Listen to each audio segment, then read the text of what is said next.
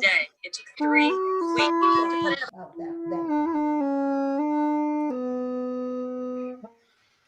Well, good evening, everyone. This is David Amram, and we're doing our annual weekly program called Amram Reads Amram.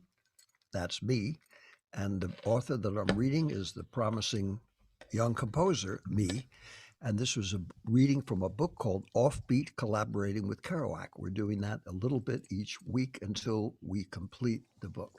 And we're so delighted to have a special guest for us this week, Mr. Larry Kerwin. I'm sure many of you are familiar with him from his incredible group called Black 47, which he founded, which has been playing all over the world since the 1970s. We met at the Bells of Hell bar in 1972, an amazing place that celebrated all the musics of the world and using the great Irish tradition of people getting up and doing something spontaneously and being supported was very similar to the atmosphere that Jack Kerouac and I grew up in, where you were invited to be part of the band. And if you didn't play an instrument, you could read a poem.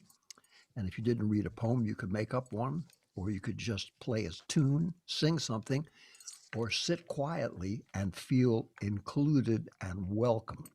And collaboration comes from that spirit. We want to thank our producer, the person who thought of doing this show, Pamela Dickerson, who's here, and Anthony DeMerbia, a terrific composer, musician, performer, and a technical wizard who makes it possible for us to do this program.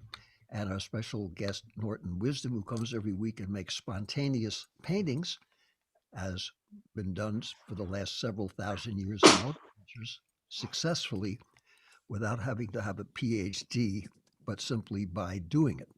And of course, James Canary, who's the founder of the touring of the scroll, the person who's the conservator of Jack Kerouac's Scroll for On the Road. So we're going to begin with a reading from the book, and then we're going to have Larry and some surprise guests join us. We thank you for being here and hope this will encourage all of you to collaborate with your friends, not to pretend to copy us, but to do what you have to do, because we're all born creative until we're talked out of it. This is the beginning of book 2, and it's called Keeping the Flame Alive. And this takes place after I worked with Jack Kerouac for the last time until he passed away in 1969. But the whole second half of the book is not mourning about what was, but about what is now. And it is in part because of what Jack and many others in the worlds of jazz and music and all the collaborative arts gave to us. Chapter 13, Keeping the Flame Alive. And let me put on my Zoom so I can make sure I'm in focus. If I can find that on the dashboard, there we are. Zoom us. And now I'll put on my glasses and get, so you see that I do have a top of my head with me. And I'll find my glasses, which I put down somewhere, and we'll begin. And again, we thank you so much for coming. And in the second half, you'll be invited after Larry speaks and plays some music and does whatever he's going to do. And we have a little brief, scholarly, spontaneous style discussion. We'll invite you to be part of the program as well. And I just can't remember where the heck I put my glasses, so you'll have to forgive. You just had them. I know Just had them. I had them on my head, and I remember where that is, but I can't seem to find where I put them. But spontaneity always rules. And somewhere, I'll just have to get up. Oh, there they are on the floor. Oh, thank you, ladies and gentlemen, for your patience. Take 2, Chapter 13, Keeping the Flame Alive. In the 1970s and 80s, many people felt that all the goals and ideals many of us had struggled with for so long were no longer relevant for our society. Full greed ahead was the battle cry. Now a new group of young people had their own stereotype to deal with. The fictitious me generation replaced the equally specious beat generation. The great recording company in the sky that Jack always spoke about finally materialized, just as in the case of my score for the Manchurian Candidate. I was allowed to do my best the way I best knew how to do it. I was able to present the dual aspects of what so many in our generation strive to do, usually in complete obscurity. Spontaneity and formality had now become the home with the oldest classical music recording company in the world. My 1971 RCA Red Seal double album, No More Waltz, consisted of 2 LP records. The first contained 3 orchestral compositions I conducted: Autobiography for Strings, Shakespearean Concerto, and which I'd written in the company of Jack, and King Lear Variations for Wind Symphony, which Jack also heard when the New York Philharmonic broadcast a performance of it in 1967. The second LP of the double album consisted of compositions of mine where I played instruments from all over the world and improvised in different musical idioms, ranging from a jazz waltz written for Arthur Miller's play After the Fall to my compositions inspired by my trips to Brazil, the West Indies, musical styles from the Middle East, a guitar duet with Ramble and Jack Elliott, and the song Pull My Daisy with Kerouac's, Neil Cassidy, and Allen Ginsberg's lyrics and my music, finally recorded for the first time with the original chamber music ensemble for which I'd scored the film. The whole album was formality and spontaneity. What Jack and I talked about and practiced in our daily lives and hoped would become accepted by others as a natural principle for any artist to base on his or her work. The song Pull My Daisy was finally available using the same chamber music and jazz style and instrumentation that I created for the film score. Now, in this new millennium, their college course is called No More Walls. There was no such thing or any recordings ever made like it when No More Walls was issued in 1971. I was able to present the ideas and ideals that Jack and I shared and open up the doors for what he had done. "What are you trying to do?" asked the perplexed RCA executive. "Uh, exactly what I'm doing," I responded. "You're all over the place," he said. "You're a symphonic composer and conductor and a jazz musician who also plays a dozen weird instruments. What's your specialty?" "Music," I responded. "My specialty is music. I'm a composer. All my formal compositions come from my life experiences, just like Jack Kerouac's books came from his life experiences." "Jack Kerouac?" asked the RCA executive incredulously. "Jack Kerouac? He's from the 50s. He's passé. That stuff's dead." No one wants to hear classical music or jazz or poetry or look like some half-ass oil painting.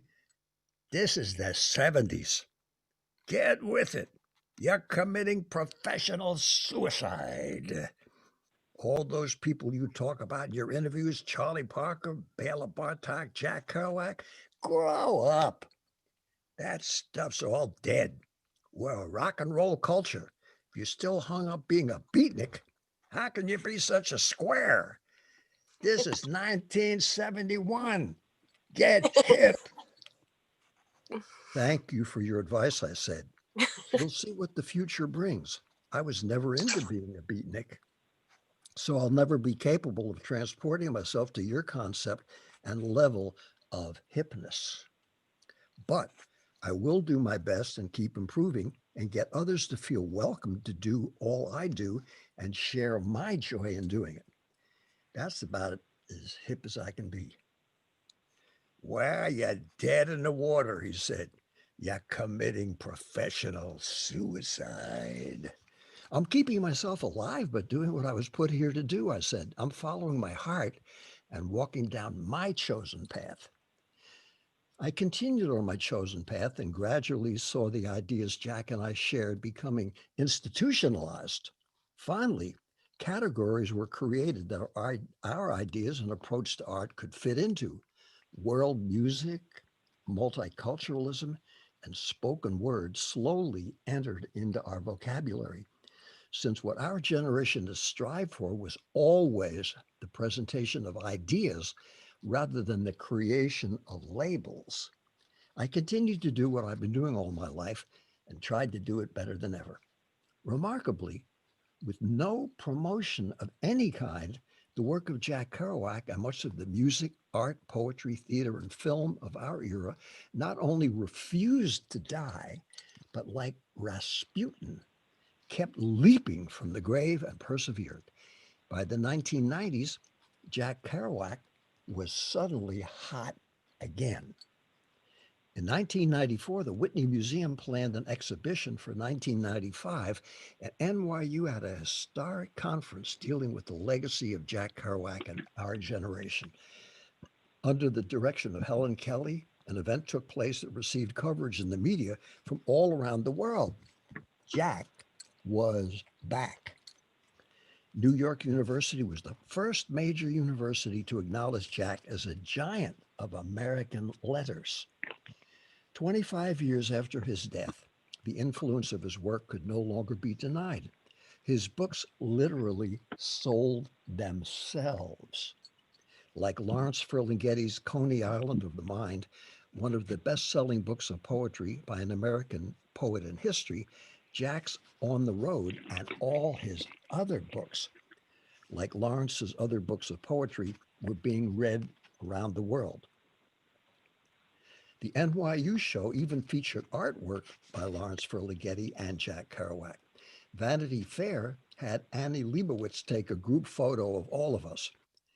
"This is outrageous," I said to one of Annie's assistants outside town hall, where we were posing for our picture. "We're the most unfashionable group of people ever assembled." "That's true, David," she said, smiling.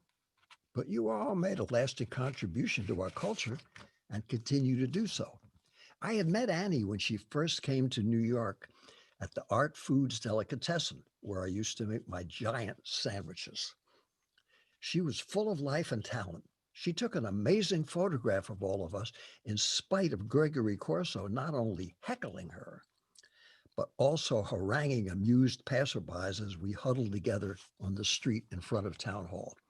There were seminars with writers like Hunter Thompson and poet Ron Whitehead, who came from Kentucky to give a 24-hour insomniacathon nonstop poetry reading with a group of astounding young poets from Kentucky and the South. A whole new community of young poets like Casey Sear in their 20s mingled joyously with all of us who had been there in the 50s. They reminded us what it meant to be young. We tried to give them reason to hope and make them know how proud we were to see them here. leading their generation to a higher level. I gave a 4-hour concert with my quartet, Keeping the Flame Alive, it was called, that featured not only the music that Jack and I loved, but readings by Terry Southern, Michael McClure, Jan Kerouac, Jack's daughter, Dan Wakefield, Ann Charter, Allen Ginsberg, and Ted Jones singing scat duets with me, and many others.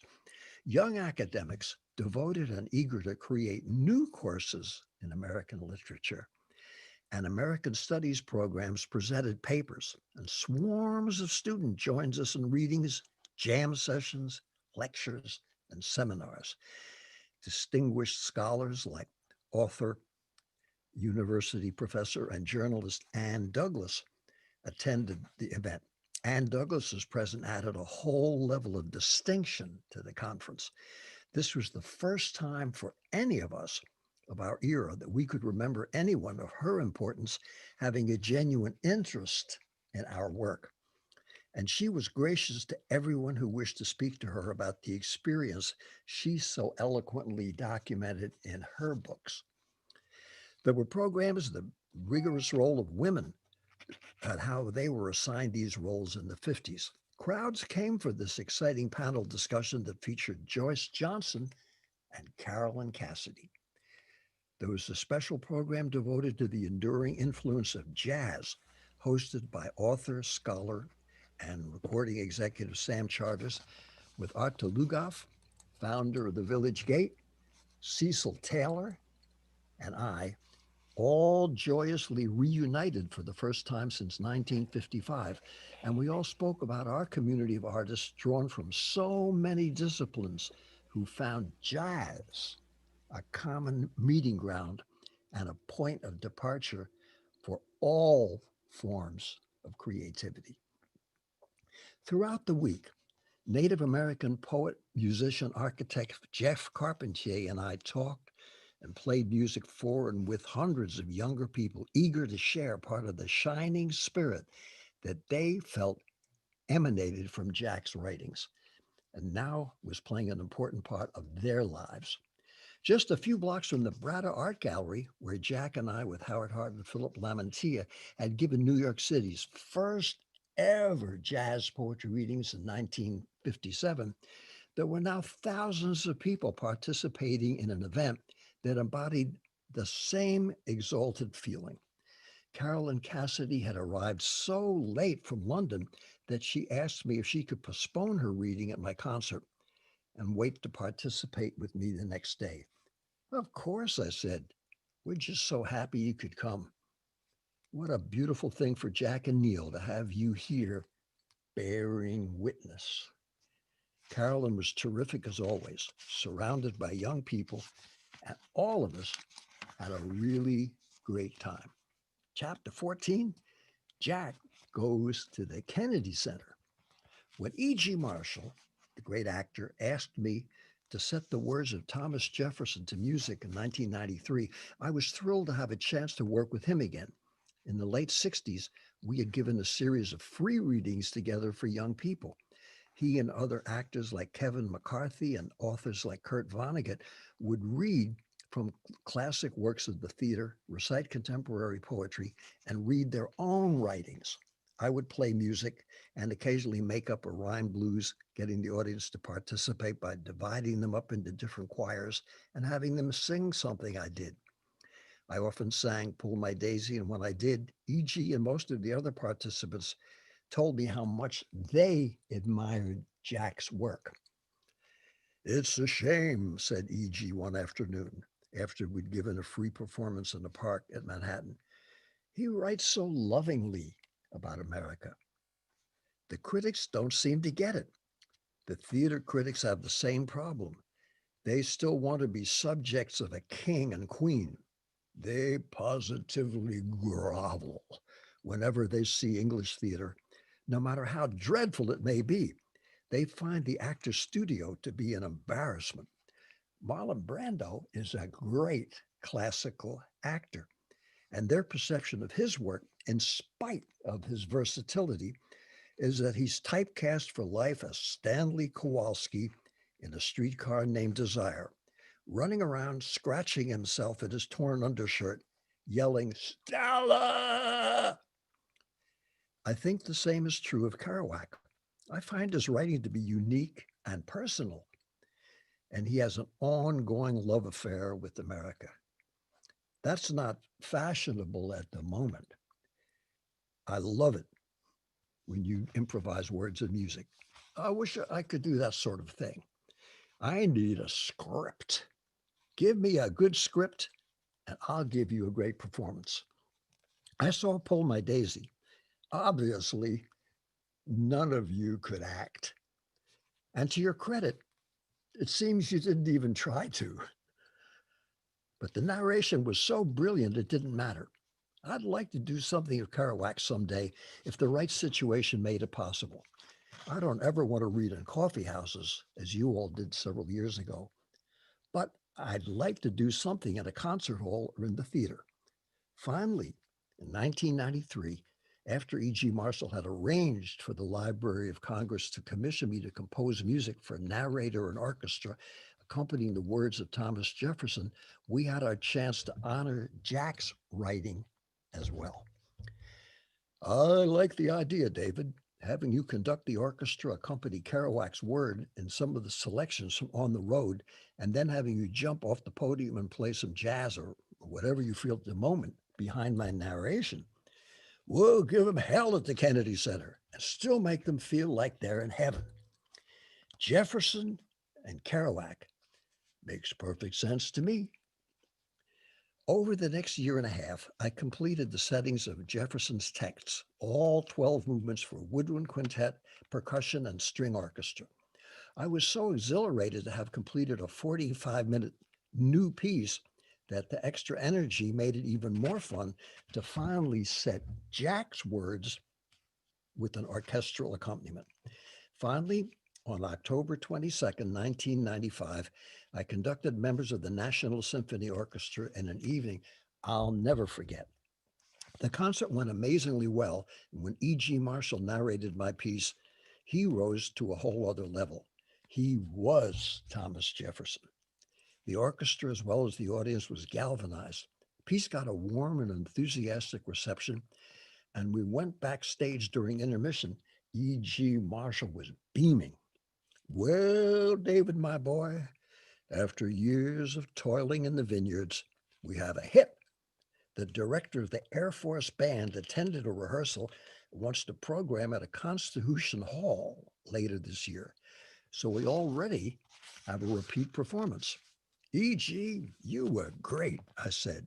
Thank you for giving me the chance to work with you again. And this time we got paid, said E.G., smiling. But don't let your energy level flag. Don't rest on your laurels yet. We've still got Kerouac to dispense with this evening. We'll shake 'em up. I'm so happy this is being nationally broadcast. People need to hear this kind of programming. How many thousands of times do we have to hear the same few pieces ground to death? On the second half of the program, the good feelings kept building, and when E.G. Marshall re-entered following the performance of Chavez's 4 Ecuadorian English melodies, the audience rose to its feet. He created a warm and intimate atmosphere, transforming the Kennedy Center into his living room. He began reading the Kerouac excerpts, and I conducted the orchestra and listened to Jack's words, describing Children of the American Bop Night. I had accompanied Jack when he read this brilliant descriptive passage from On the Road at painters' lofts, in coffee houses, Lucian cars, all-night jam session parties, in Washington Square Park after midnight, in my 6th Avenue pad, and in the readings we gave together anyplace else. I could see Jack hunched over, smoking a cigarette, listening with his hand cocked slightly, intense and brooding. E.G. made the words honest and moving, and I knew at that moment that the dreams Jack and I had of doing this someday together were finally being realized. It was a giant first step to more collaborations to come. And I realized when I finally joined him at that great jam session in the sky that all we used to say in the 1950s, that someday some young composer would have the same idea of doing that with Jack's words and keep their flame alive. The Jefferson piece is now being performed in many places, and the Kerouac narrations are soon to be published in a work for narrator and orchestra. I often think of Jack when I conduct this piece and how he wanted to go out on the road and narrate it with symphony orchestras. We can have an act, he would tell me, spontaneity and formality. Two old codgers with canes, spreading unconditional love as we make the musicians in the orchestra see past the gloom and allow them to bathe in the holy light and smile. At the same time that this book was being published in 2002, the final version of Kerouac's excerpts from On the Road for Narrator and Orchestra is being completed. It's a work in progress since I have no guarantee of living forever and I don't wish to leave the parts I improvise to myself and others. I'm continually composing new music to substitute the parts where I played myself so that the music and the words will complement each other long after I meet up with Jack again at that great jam session in the sky. So with so much else of what I've done, I've asked to sign bootleg copies of cassette tapes and CDs taken off the air from the radio broadcast of our Kennedy Center performance with E.G. Marshall, which was done in 1995. I'm so happy you liked what I did, I always say. I was honored to be able to get Jefferson's and Kerouac words shared on the same program. Well, when's this coming out on a commercial CD? I was asked. Someday, I always answer. No offense, Mr. Amram, but aren't you getting kind of old to be waiting around? I was asked recently by a teenage bassoonist after a rehearsal of A Little Rebellion where I was guest conductor. I am getting older, I said, but my music and Jack's words will stay young forever. Oh, that's awesome, he said. What a great way to look at things. Would you say that's beat? No, I said. I'd say that's the truth.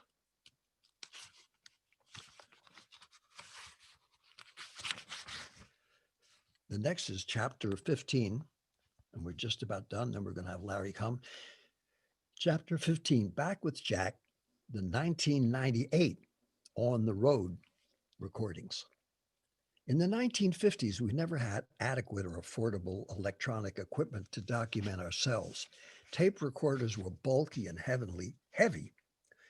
Most portable microphones were limited in their capacity, and those of us who made recordings in studios figured that these sessions were enough to show the world what we had to offer as improvisers.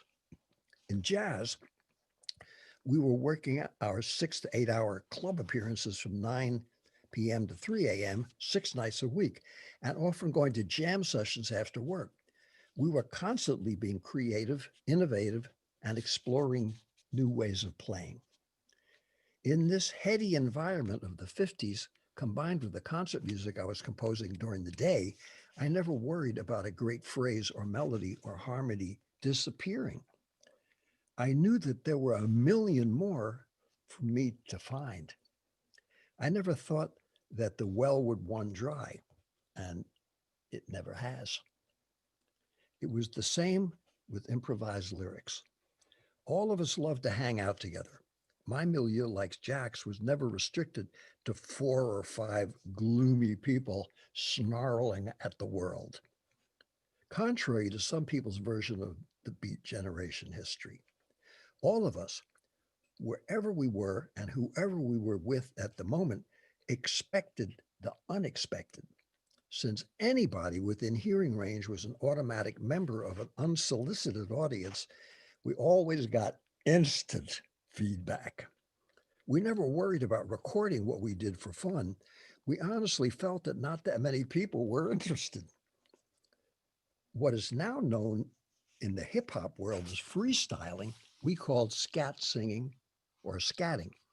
Scatting was also a term used to describe a vocal style that reinterpreted the way various instruments in the band played by singing sounds that emulated great jazz instrumentalists as they played their solos. The exponents of Latin music, especially those who played Afro-Cuban style congas, could sing all the drum parts, in addition to the instrumental style of singing improvised words and rhymes. These were all part of the daily bill of fare. It was a constant floating feast of words and sounds. Almost none of this that Jack and I and so many others did was ever recorded. The one time it was at Jerry Newman's studio in 1959, the night after Jack finished recording the improvised narration for Pull My Daisy with my improvised accompaniment. Jack and I took turns playing the piano for one another and also took turns making up rhyme stories and songs on the spot. We wailed away for almost 4 hours as Jerry recorded us, occasionally emerging from the control room to give us a variety of legal and illegal refreshments.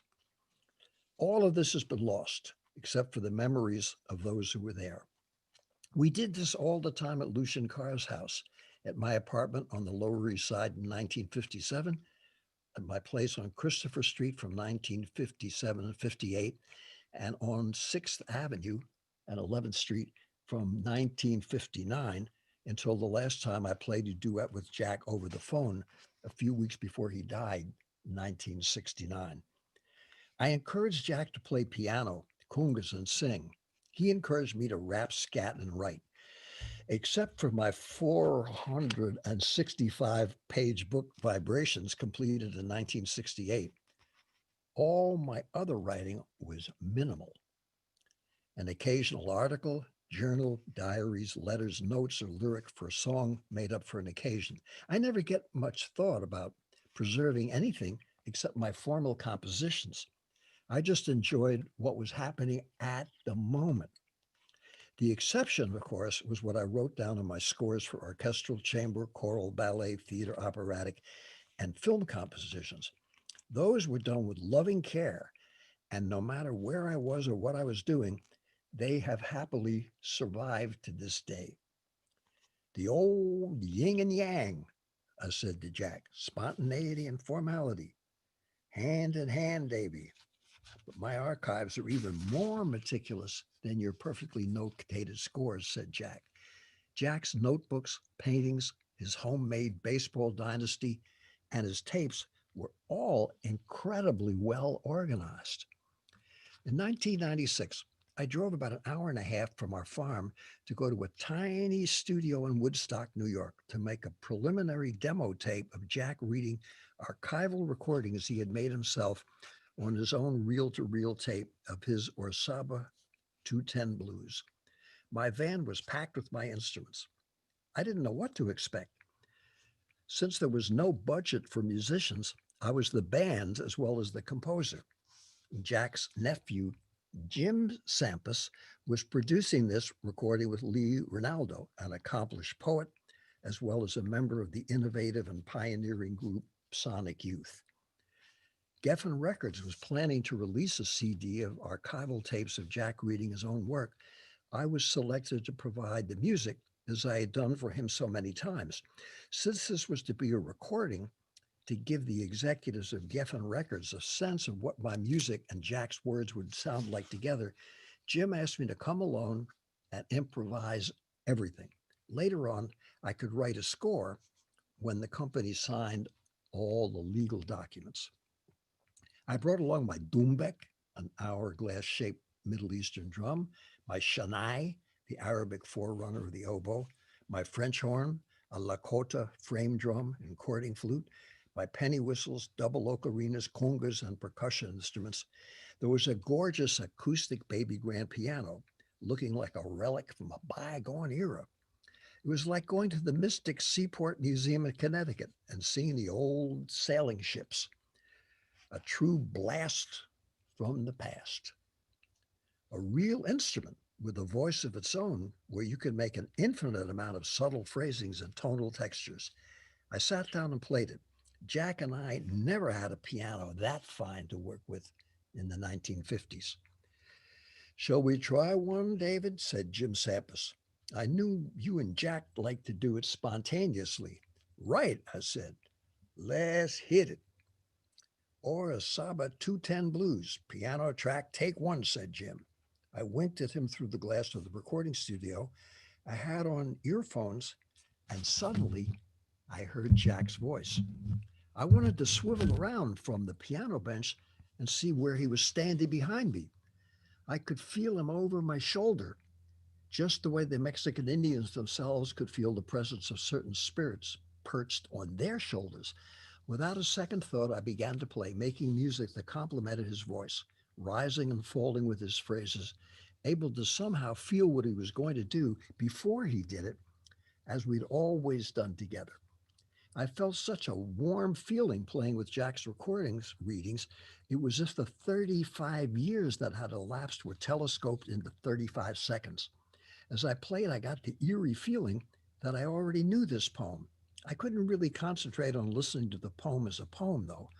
I just couldn't lie back and allow myself to soar like Charlie Parker's bird in flight on the wings of any poet or reader whose work I was trying to compliment, whether it was Jack's or anyone else's. I had to concentrate, like an astronaut landing on a newly discovered planet. I had to make music at the same time and always think a little ahead. That was amazing, David, said Jim Sampis when I finished. It sounded like you composed that. I did, Jim, I said, but I did it on the spot. Are you familiar with this poem? I think so. I don't know. Can I see a copy? Jim showed it to me. Oh my God, I remember this. I said, Jack read me this in 1959 one night when we were talking about his search for his Indian heritage. He said he thought he could feel it, but was afraid he could never find it. He talked about the Mexican Indians and how some of the dialects spoken in parts of Mexico and Central uh, America contained sounds and fragments of ancient Toltec, and how he felt this reverberated in him, even though the Iroquois, if they were his ancestors, were a different nation with a whole different tradition. He understood that all of this was a mystery world, and he could be only touched with it in his dreams. He had it in a notebook. He had other poems with him that same night. He read them from a small scroll that looked like the one that was made from shelving paper or teletype paper. He and Alan and Gregory were all hanging out with Rocco and Buddy the Wino. I reread Orasaba 210 Blues about 4 times. I know what to do, I said with Jim. Since there's no budget, I'll use the piano track I did spontaneously and build a whole score around it with all the instruments I brought with me. How long will it take to compose it and write it down? Asked Jim. I'll do it right now. It's in my head, I said. We'll harness the beast of technology and make it the servant of Jack's poetry, honoring the heartbeat of all the Indian people who survived the conquistadors are still the heart and soul of Mexico. I'll use a different track for each instrument, but we'll make it sound like an acoustic orchestra playing on a plaza on a Sunday afternoon in Amatlan, which is an Indian village about an hour outside of Mexico City. The great thing about working with Jim Sampis was that he allowed you to do your best. His own background as a band leader and songwriter made him sensitive to other musicians, and he was always able to make constructive suggestions. He also had a deep respect and an understanding for Jack and his life's work. I began adding different instruments, and we finished it in about 2 hours. We left the studio exhilarated.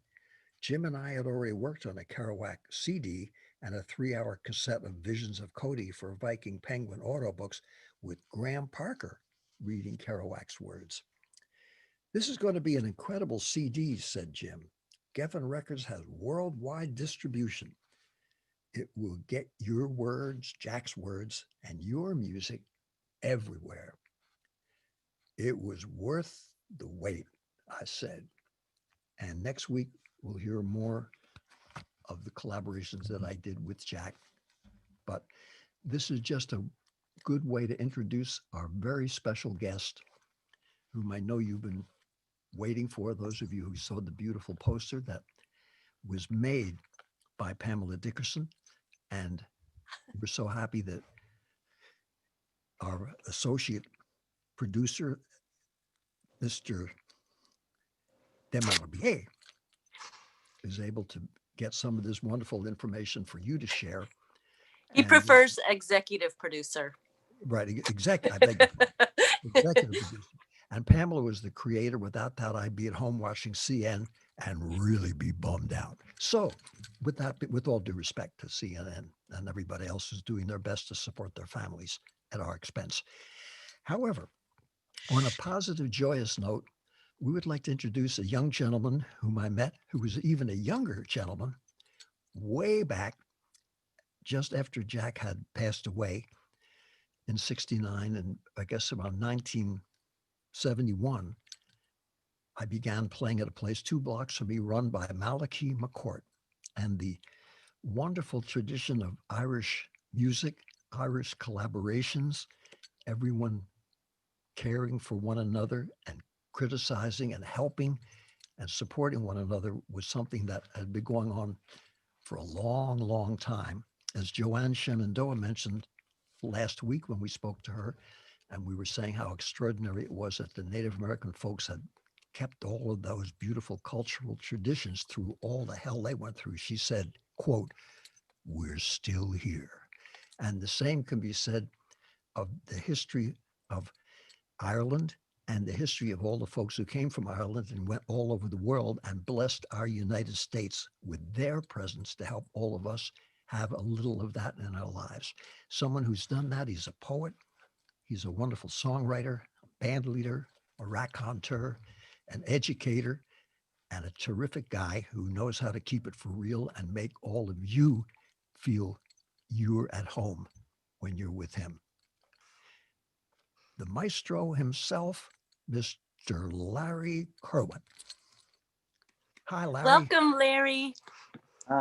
Nice to see you guys. Nice to see you, Pamela. You too. You have something special prepared for us today, because today we're having a live intermission. Yeah, well, David said to me, as usual, keep it free and open. And with that in mind, I'm going to narrate my trip across America as influenced by Jack Kerouac. How's that sound? Sounds incredible. Perfect. All right. You see, I blame Jack for everything. Jack Kerouac.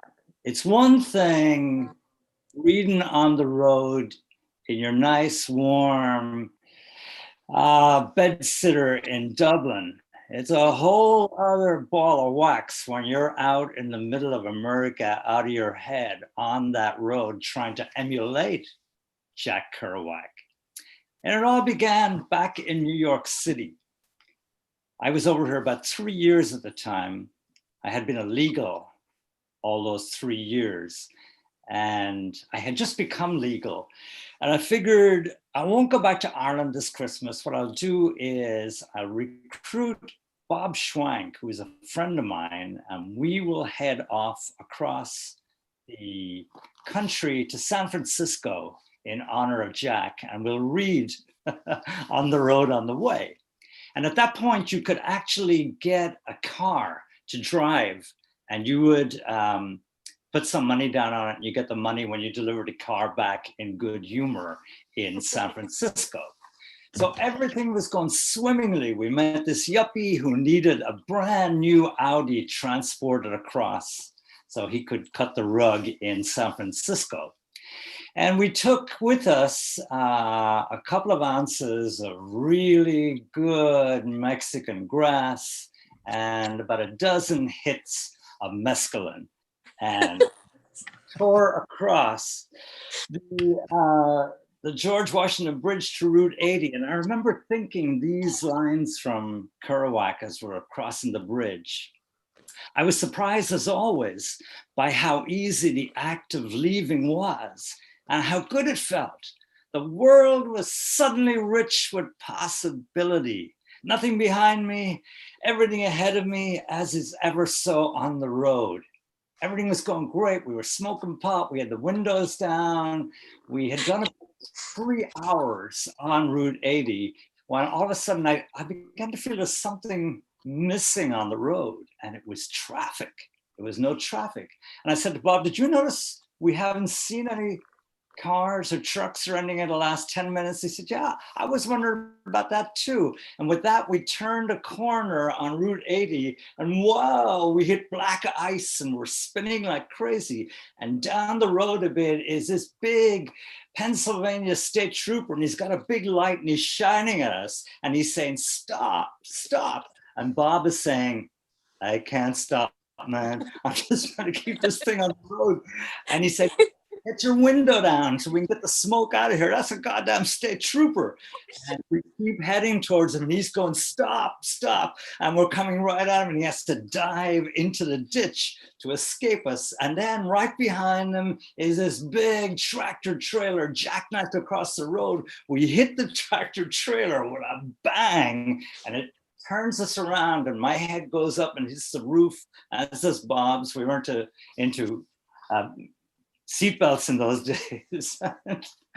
And now we're facing back up the road and it's totally silent, except our wheels are still kind of spinning and the lights are on. And then we see the state trooper crawling out of the ditch and coming towards us, and he is super pissed.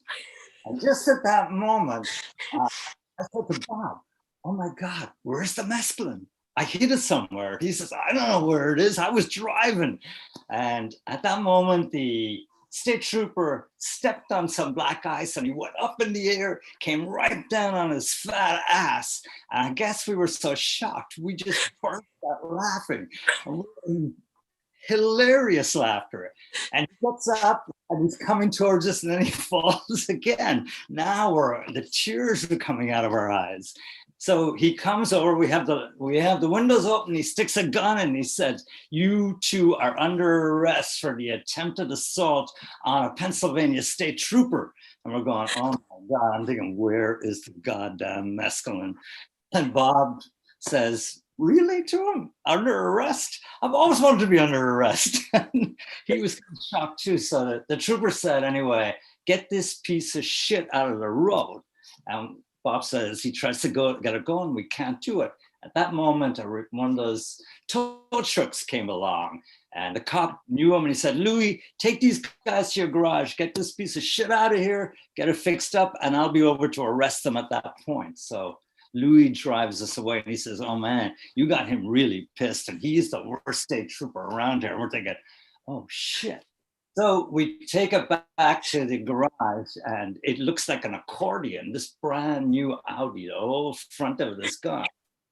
I said to him, you gotta do something about this, man. He said, I can do something about it. It's gonna cost you $100, but I can fix it. I said, go for it, go for it. So he jumps up on top of the hood with a sledgehammer and he beats the shit out of the front of it. And we're going, oh man. And then we tried to get it going, but it won't go. And he said, well, I got this big crowbar and he got this up. And she said, the problem is it's jammed. The wheel is jammed in. So he rips up part of the front of the car and it does start to go, but it's going like this. So he said, I can fix that too. It'll cost you $25. And he takes the biggest chain I've ever seen. He crawls under the car and he ties it with a big bow. And he said, now try it. And it goes, do. So we're able to handle that. And we thought we better call the yuppie and see what he wants us to do.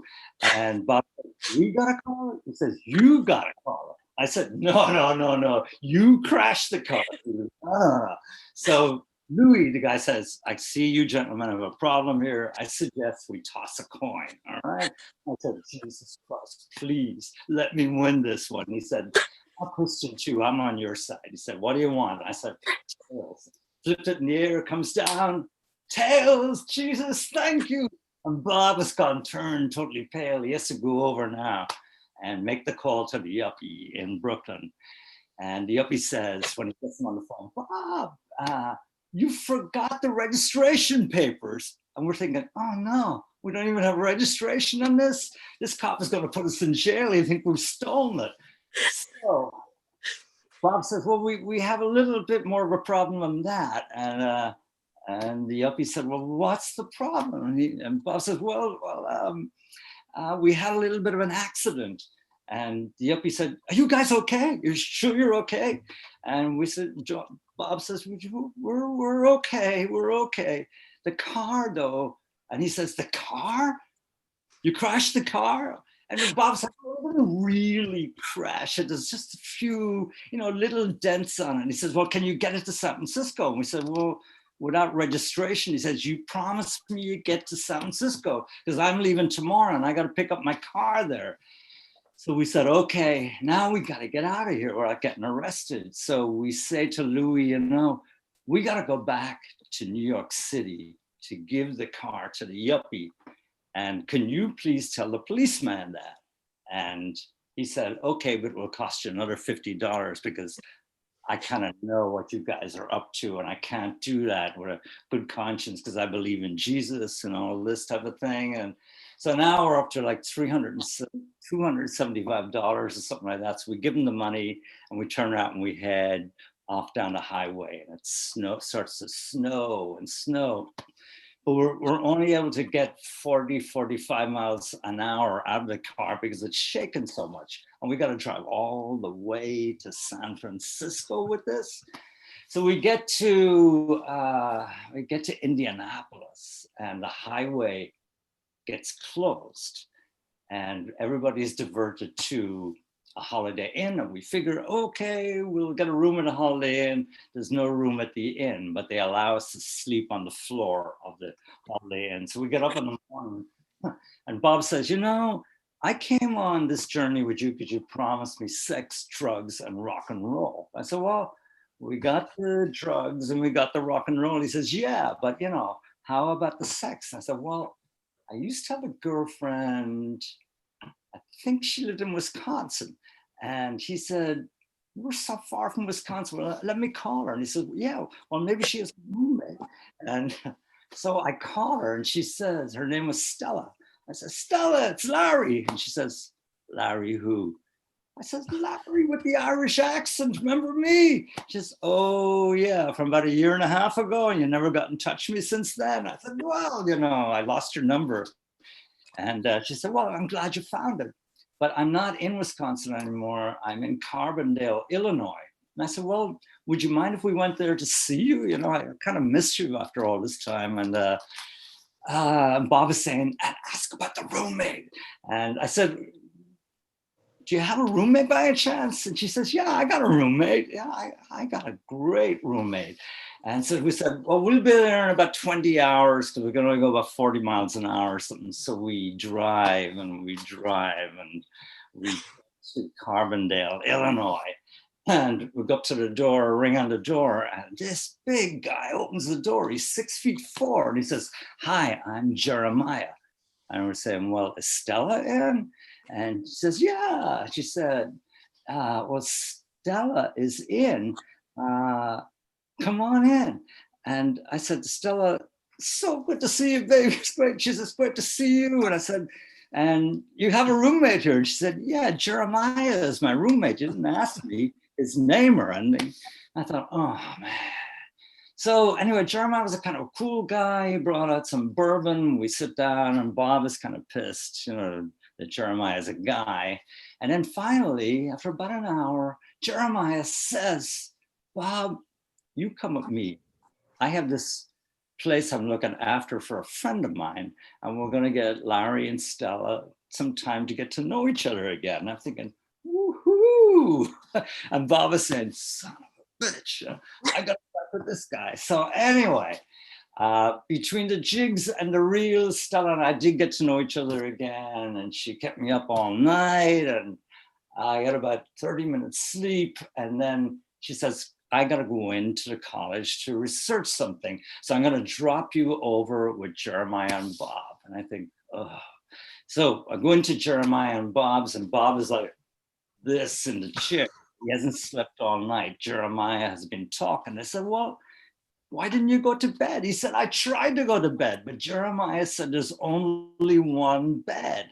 And he said, we could make it nice and snug between the two of us. So I said, no. So we stayed up drinking. Now we had to leave there and head off down the road because we've heard that the snow in the Rockies too. And Bob said, I am not crossing the Rockies no matter what in snow. So we keep heading down south and south, and we finally get to Albuquerque, and it is New Year's Eve. So we figure, well, we got a party on New Year's Eve. So we take some of the mescaline and we change our clothes in the backseat of the car. And then because we figured, let's fill up the car in case Albuquerque is not a hospitable place for some reason. Best move we ever made. And so we asked the guy at the gas station, where could a guy have a good time in Albuquerque? And he said, well, don't go to the Crystal Pistol. They kick your ass there. And we said, well, where could we go? And he said, there's only one place in town, it's Fluffy's. All meats go there. So we went to Fluffy's. And Bob said to me on the way, I'm sick of you and that Irish accent of yours. That's the only thing that gets you laid is your Irish accent. I hope you know that. So when we go in here, you're not to say a word. I'm going to say, you're my deaf and dumb cousin that I'm bringing you to the coast. All right? I said, all right, okay, you got it. I'll just go in. And we go in. And straight away, Bob hits it. There is a woman in there, looks the image of Dolly Parton, except she's twice her size and twice as big everywhere else too. And she takes a shine to Bob straight away. And she says to Bob, I'm a film major. And Bob said, well, I don't know many people in the film world, but I do know Bobby. And she says, Bobby? He says, yeah, Bobby De Niro. You wouldn't have heard of him. She says, Bobby De Niro. And everything is going smooth between the two of them. And I said to Bob, this is it, man. You are going to score tonight. And he said, the only problem is the closer I get to scoring, the more I get nervous. I said, don't be nervous. You just got to show her your sense of humor because women like to laugh. If you can get her laughing, you're going to be doing all right. He says, well, I just got her to score some speed for us. And she's going to be coming back here in a few minutes, right? So I'll try the sense of humor thing. So she comes over and says, Bobby, I got you the speed. So I want you to keep one of those little pills for me tonight because you and me are going to do some scene work, right? And Bob said, yeah. And I'm looking and says, humor. He says, at that moment, he grabs her by the hand. He says, FBI, you are under arrest. And she goes, oh my God, oh my God, oh my God. She starts screaming. And the bartender jumps over the counter. He's got a baseball bat, all the freaks around us. And I say, it was just a joke. It was just a joke. She says, you can speak, you can speak. I said, yeah, it's a miracle. Yeah, miracles happen sometimes. You can speak. And then I said, well, you got to get out of here. Bob was like, I was just joking. I'm so nervous whenever a woman likes me. So we got out and we drove on through the desert. And there was a moment though, when I got the feeling that Jack Kerouac used to talk about America. We were in Nevada, we were crossing down into the Hoover Dam and the sun came up. And I remember thinking of his lines then. I saw God in the sky in the form of huge gold sunburning clouds above the desert that seemed to point a finger at me and say, pass here and go on. You are on the road to heaven. I won't tell you what happened in Las Vegas. Things went really well for a day, and then things did not go well. And I'll give you a little clue. Back in the 70s, the mob was still a force to be reckoned with in Vegas. So we get out of Vegas, we're still in the desert, we're smoking a joint, going up along the road. We're used to this car going 40 miles an hour at this point with the smell of gasoline and everything. It's nighttime and there's lights coming behind us. And after a while, Bob says, do do you think there's a cop behind us or something? I said, probably. And I see that his rearview mirror is turned the other way because he doesn't want to look. And the lights keep getting closer and closer. And then finally I feel the back of my hair is singeing, and I turn around, the back seat is on fire. There's papers in it. We flipped out a roach out through the window and I come back through the other window. Now the back of the car is on fire. We have to jump out of the car out. There's a big hole when we get it out in the back seat. So what are we gonna do? Yuppie, man. We wrecked the front of the car. We finally get to San Francisco. And I remember in San Francisco looking out and thinking, well, we made it. We did Jack's journey. It was tough. We're going to have to go down and confess to this yuppie about what we did. And still, we did it. And these last lines came into mind then from Jack. So in America, when the sun goes down and I sit on the old broken down river pier watching the long, long skies over New Jersey and sense all that raw land that rolls in one unbelievable huge bulge over to the West Coast. And all that road going, all the people dreaming in the immensity of it. And in Iowa, I know by now, the children must be crying in the land where they let the children cry. And tonight the stars will be out. And don't you know that God is Pooh Bear?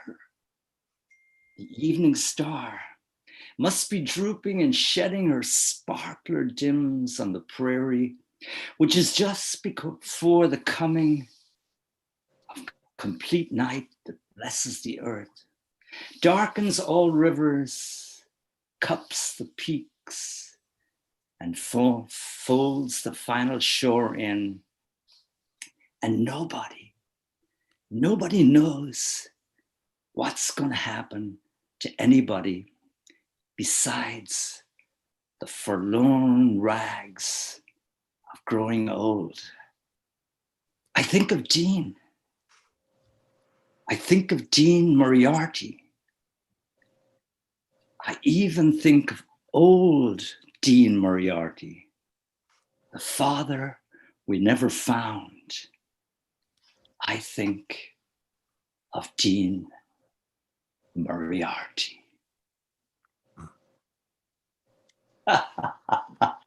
Fantastic. Talk about a punk rock road trip. That sounds just like a Kerouacian and Neil Cassidy road trip. What do you think, Jim Canary?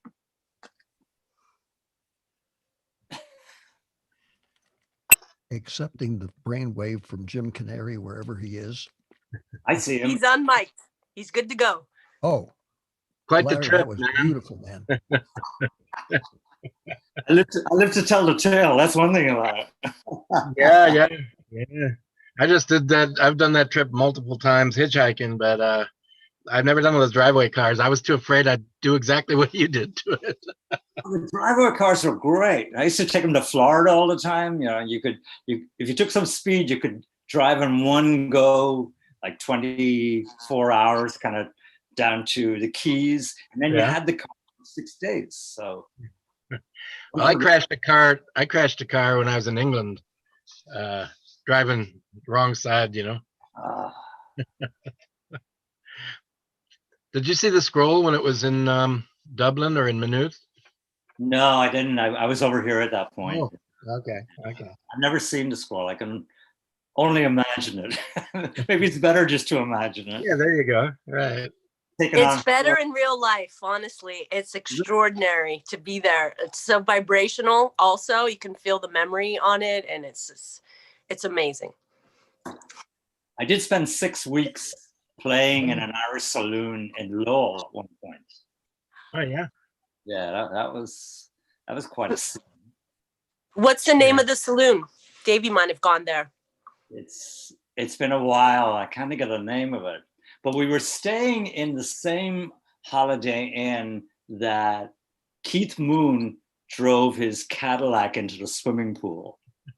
The swimming pool was still there. The Cadillac had been taken out, but. I wanted to ask you, Larry, if I could ask a favor for, especially for the viewers, since so much of the tradition, when everything is gone in the Jewish tradition, people say, well, we've been through hell, been through the Holocaust, been through plagues. Let's go out and eat. It always ends up with let's go out and have a good meal. So I know with all the suffering that French Canadian folks had when they had to leave France and come way, way back, and some went to Ireland, what we now call Ireland. There are parts of southern France where they still, when I did the festival in Quebec, they had people playing what they call the Irish harp, but they were all spoke French. They had tam o' shanters, they had all the stuff that folks in Ireland still wear sometimes celebrating the past, but they kept the language, and their descendants, some of them came to Canada, to Acadie, and then from Canada they went to New England. There's over 1 million people that still speak French, and they still played old traditional Irish music. And some of that came down, and the Jean Acadien became known as Cajun. That changed in the spelling or the pronunciation. And whatever happened, they always said, let's have a song. And I know that just as we would say, let's go out and eat, very often when we would close up the Bells of Hell at 4 a.m, regardless of the troubles everyone had paying their rent and breaking up with their wives and struggling and scuffling, we always ended up singing an a cappella song. And when I went to the first cousin of the Bells of Hell before Malachi got it, a great Gaelic singer named Joe Heaney used to sing in the back room. And he would sing, and I would go in there, and I'd be the only person listening with my mouth open. It was just incredible. And I go to the front of the bar and say, hey, man, you got to hear this guy. We heard that stuff already. Then finally, Merv Griffin was invited to find out his Irish roots through his grandfather, who'd been from Ireland, and said, you have to promise me when he's a little boy, someday you'll go back and see where we came from. So Merv Griffin decided from his big TV show, he had 2 weeks off, he'd go to Ireland. Someone said, you got to hear the greatest Gaelic a cappella singer. So he went there, and it was Joe Heaney singing. He said, Mr. Griffin, did you like that? He said, I not only liked it, I know that's Joe Heaney. He's my doorman in New York. So finally, when he came back, went down to the Lion's Head, and Joe had been on the Merv Griffin show. Everybody said, bless you, buy him a drink. You were great. We saw you on TV. They came in the back room, and he sang for 3 hours. Everybody was cheering and listening. A week later, I went back in the back room. There he was all by himself singing. How fleeting is fame. But he managed to keep his spirits up.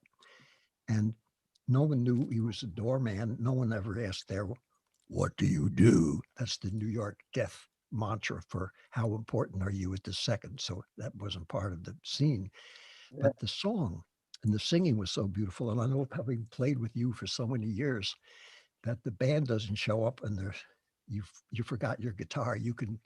Could you sing anything, an a cappella song, just for all of us to raise our spirits? I have a story to tell you about Joe. That's even better. Yeah, and then I'll do the song, because Joe is the most famous shamnos singer. That's old custom or old style. And he's from Connemara, where they sing mostly in Gaelic or in Irish. So when I came out here first, I was with, remember Pierce Turner and myself, Turner and Corwin of Wexford. Oh, yeah. So we got a gig in a place called Paddy's Pub out in around 59th Street and 4th Avenue in just south of Bay Ridge, or east of Bay Ridge, west of Bay Ridge, and Sunset Park. And we used to have to play 4 1-hour sets, and it was hard going. But we used to get the crowd going because we figured that was the only way to do it, was to play really fast songs. And there was an old guy, as we thought, down in the front, and he had the biggest hands, and he used to clap his hands all the time. So he was our lucky charm every time we played in Paddy's Pub, because he had just smiled and gave off this good vibe. So one time I went over and I sat down next to him and I said, "Thanks for the support, you know, what's your name?" And he said, "My name is Joe Heaney." And I said, "Do you know there's a real famous Irish singer called Joe Heaney?" He said, "That's me." It was Joe all the time. So I became really friendly with him over the years. But he's an amazing singer. I'll sing you a song, not in Gaelic, but in it's in the old style, and it's about a young man who joins the British Army and gets into a little bit of trouble there. When I was 18 years of age, into the army I did engage. I left my home with a good intent to join the 42nd Regiment. While I was posted on guard one day, some soldiers' children came out to play. From the officers' quarters, my captain came. He ordered me for to take their name. I took one name instead of three. For neglect of duty, they then charged me. I was confined to barracks with loss of pay for doing my duty the opposite way. A loaded rifle I did prepare for to shoot my captain on the barrack square. Well, it was my captain I meant to kill, but I shot my colonel against my will. At Liverpool Assizes, my trial I stood, and I held my courage as best I could. And the old judge said, "Now, McCafferty, go prepare your soul for eternity." I had no father to take my part, no loving mother for to break her heart. I had one friend, and the girl was she, who'd lay down her soul for McCafferty. Come all you officers, take advice from me, and go treat your men with some decency. For it's only lies and the tyranny that have made a martyr of McCafferty.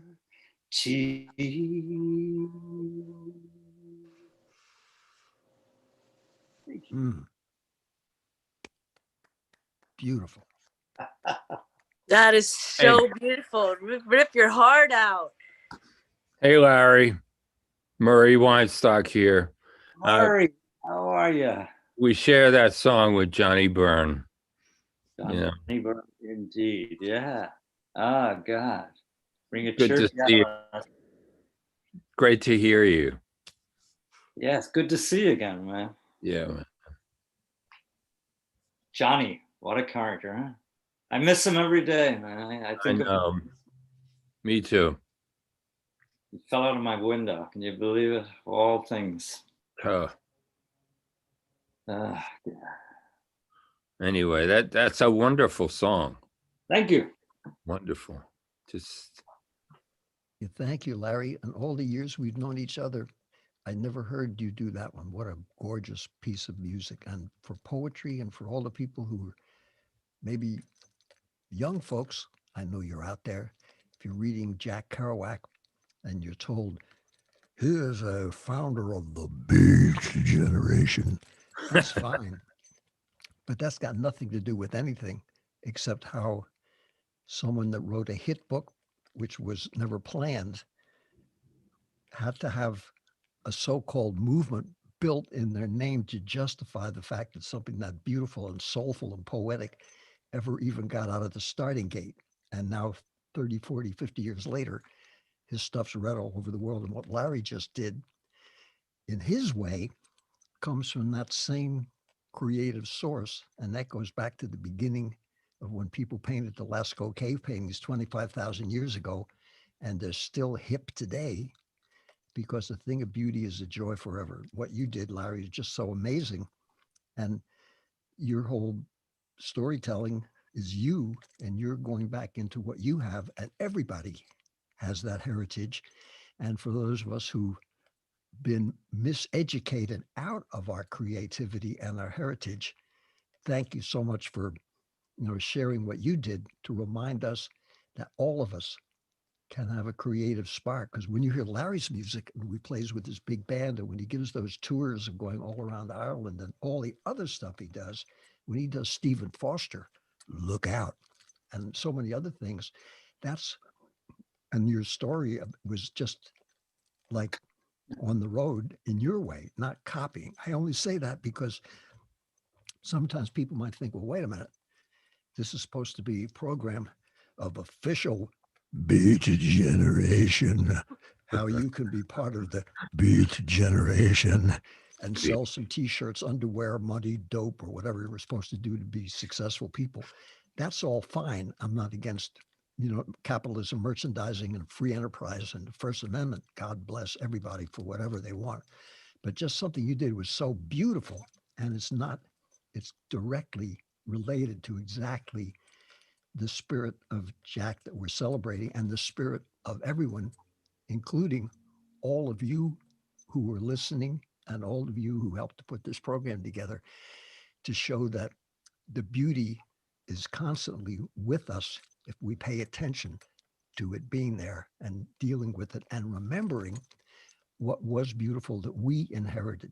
I just wanted to say that for those people who might say, well, how come they haven't talked about dope, death, destruction, whining, and blameology?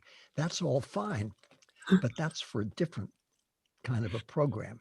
And David, excuse me, I wanted to say your read today, as always, was so beautiful. I love your book, and you were talking about the Iroquois and then Jack Kerouac with down in Mexico and feeling close to those natives, and one of his other close proximities that he went on the journey to find out is his Celtic roots and his past, and he felt very closely associated to the Catholics, and with the Catholics, which then with the Irish.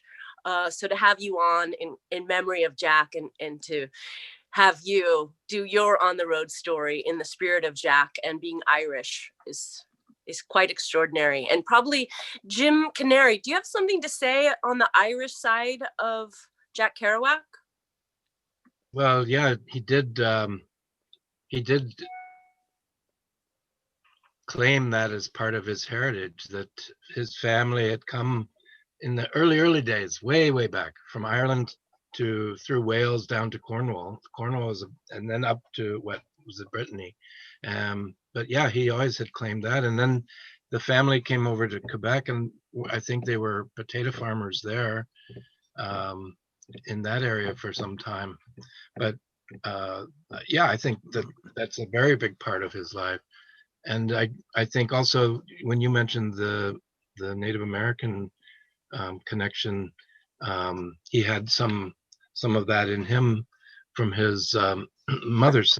Yeah, I think the Iroquois connection, which was so great to have last week's guest too. So we now have both coming together as a part of his heritage, which is wonderful. One of the things that I thought was important, the American Writers Museum in Chicago was the brainchild of Malcolm O'Hagan, who worked for 8 years to create this museum. He was in Dublin and said, there's a Irish Writers Museum there. And he came back to the States and said, so where's the American Writers Museum? And they said, we don't have one. And he said, he said, well, we'll take care of that. And then it took a long time to figure out where it should be placed. And they decided Chicago would be the place. And I don't know if you've been there, but the very first author that was featured was Jack Kerouac. So I thought that was very interesting that he was Irish and pulled that together. You know what I found about Kerouac was, I mean, as I said, I read him in Dublin, but when I got here, he had kind of like opened the door to me for America. I knew his America. And that's why I wanted to get out and see what America was like. And, you know, because when he was writing about it in the 50s and 60s, America, each town in America looked different. And when I went on that trip through America, and we came back a different route, I won't even get into that. But each town looked different, and each town had its own character. And then since then, you know, Black 47 began in 1989, and by 1990, we were on the road all the time. And I noticed the difference that you could put me down in outside any city or town in America, and it was all, I couldn't tell where I was because it was all the same. It was your Radio Shack and your home of the Whopper and McDonald's, and I wouldn't be able to tell. But when I went across it in the 70s, I saw Kerouac's world, you know, that each town, when he described Denver, I always wanted to go to Denver. And I still have a really great connection with Denver because Jack showed it to me in On the Road. This is a place to go to. I mean, it was a wild kind of a place, and it wasn't anything you went to for museums or anything like that, but there was that freshness of the mountains in it that he caught and I caught then. And even when I go back to it now and it's a different city, I can still feel Jack's city in there. And I can feel that throughout America, even though the corporations have, you know, come down on top of everything. I can still feel America because of Jack. Yeah. That's extraordinary with your level of enthusiasm. I'd love to ask you, Larry, about when you were a little boy in Ireland, and then how did you become musical? How did you decide to write your first songs about like Big Fella, about Michael Collins? How did you become political in your music? And just what's your inception, and how have you kept your extraordinary enthusiasm and idealism? Well, I grew up with an old grandfather in a big barracks of a house in the old part of Wexford. And if you know what Wexford is like, there's a place called Selsker Abbey, which was about 50 yards from me. It was built in 1169. And in 1170, King Henry II, after the assassination of Thomas à Becket, murder in the cathedral, he came to Selsker Abbey to do penance. At least that's what he said he came for. So history was everywhere. And my grandfather was very political, and he had been on the losing side in the Irish Civil War. And he was living in a town that was on the winning side. So everything, he would confide in me his thoughts, but because he was a headstone maker, Republicans had been excommunicated by the Catholic Church, but in order to keep his livelihood going, he had to sublimate his whole political philosophy, and he would tell me about it.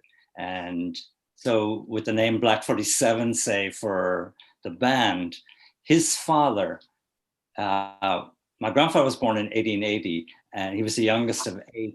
And his father had witnessed the potato famine in Black 47. So I was just one generation basically removed. So I got all the stories. And as my grandfather got older and, got senile, he would talk to his father, and I would get the conversation back. His father kind of spoke through him back. So I was just raised with politics everywhere. And I actually came to the US to get away from the politics because the fight was going on in Northern Ireland at the time, and it was a no-win situation. So when I came over here, of all places, I ended up in New York, which was even more political than Ireland in ways, and fell in with all the people at the Bells of Hell who were political, and got back into politics that way.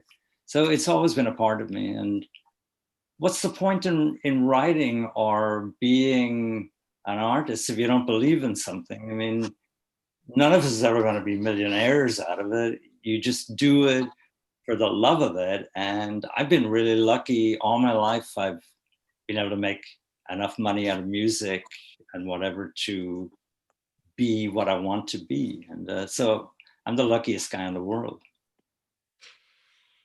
Well, now that we've brought up some historic Irish things, I'd like you to know you have an Irish brother painting named Norton Wisdom. Norton, in your reverie there painting, I'd love if you could come on and talk about your family's history, because Norton's family came to America because of the potato famine of 1847, and he's got some interesting relatives. Right. Up to me. Hi, Norton. Can you hear me? Yes. Hi, beautiful soul. Hi. Hello, Angel. First of all, what a beautiful journey this program went on tonight. And of course, since it's talking so much about the Irish, we're fucked for sure now.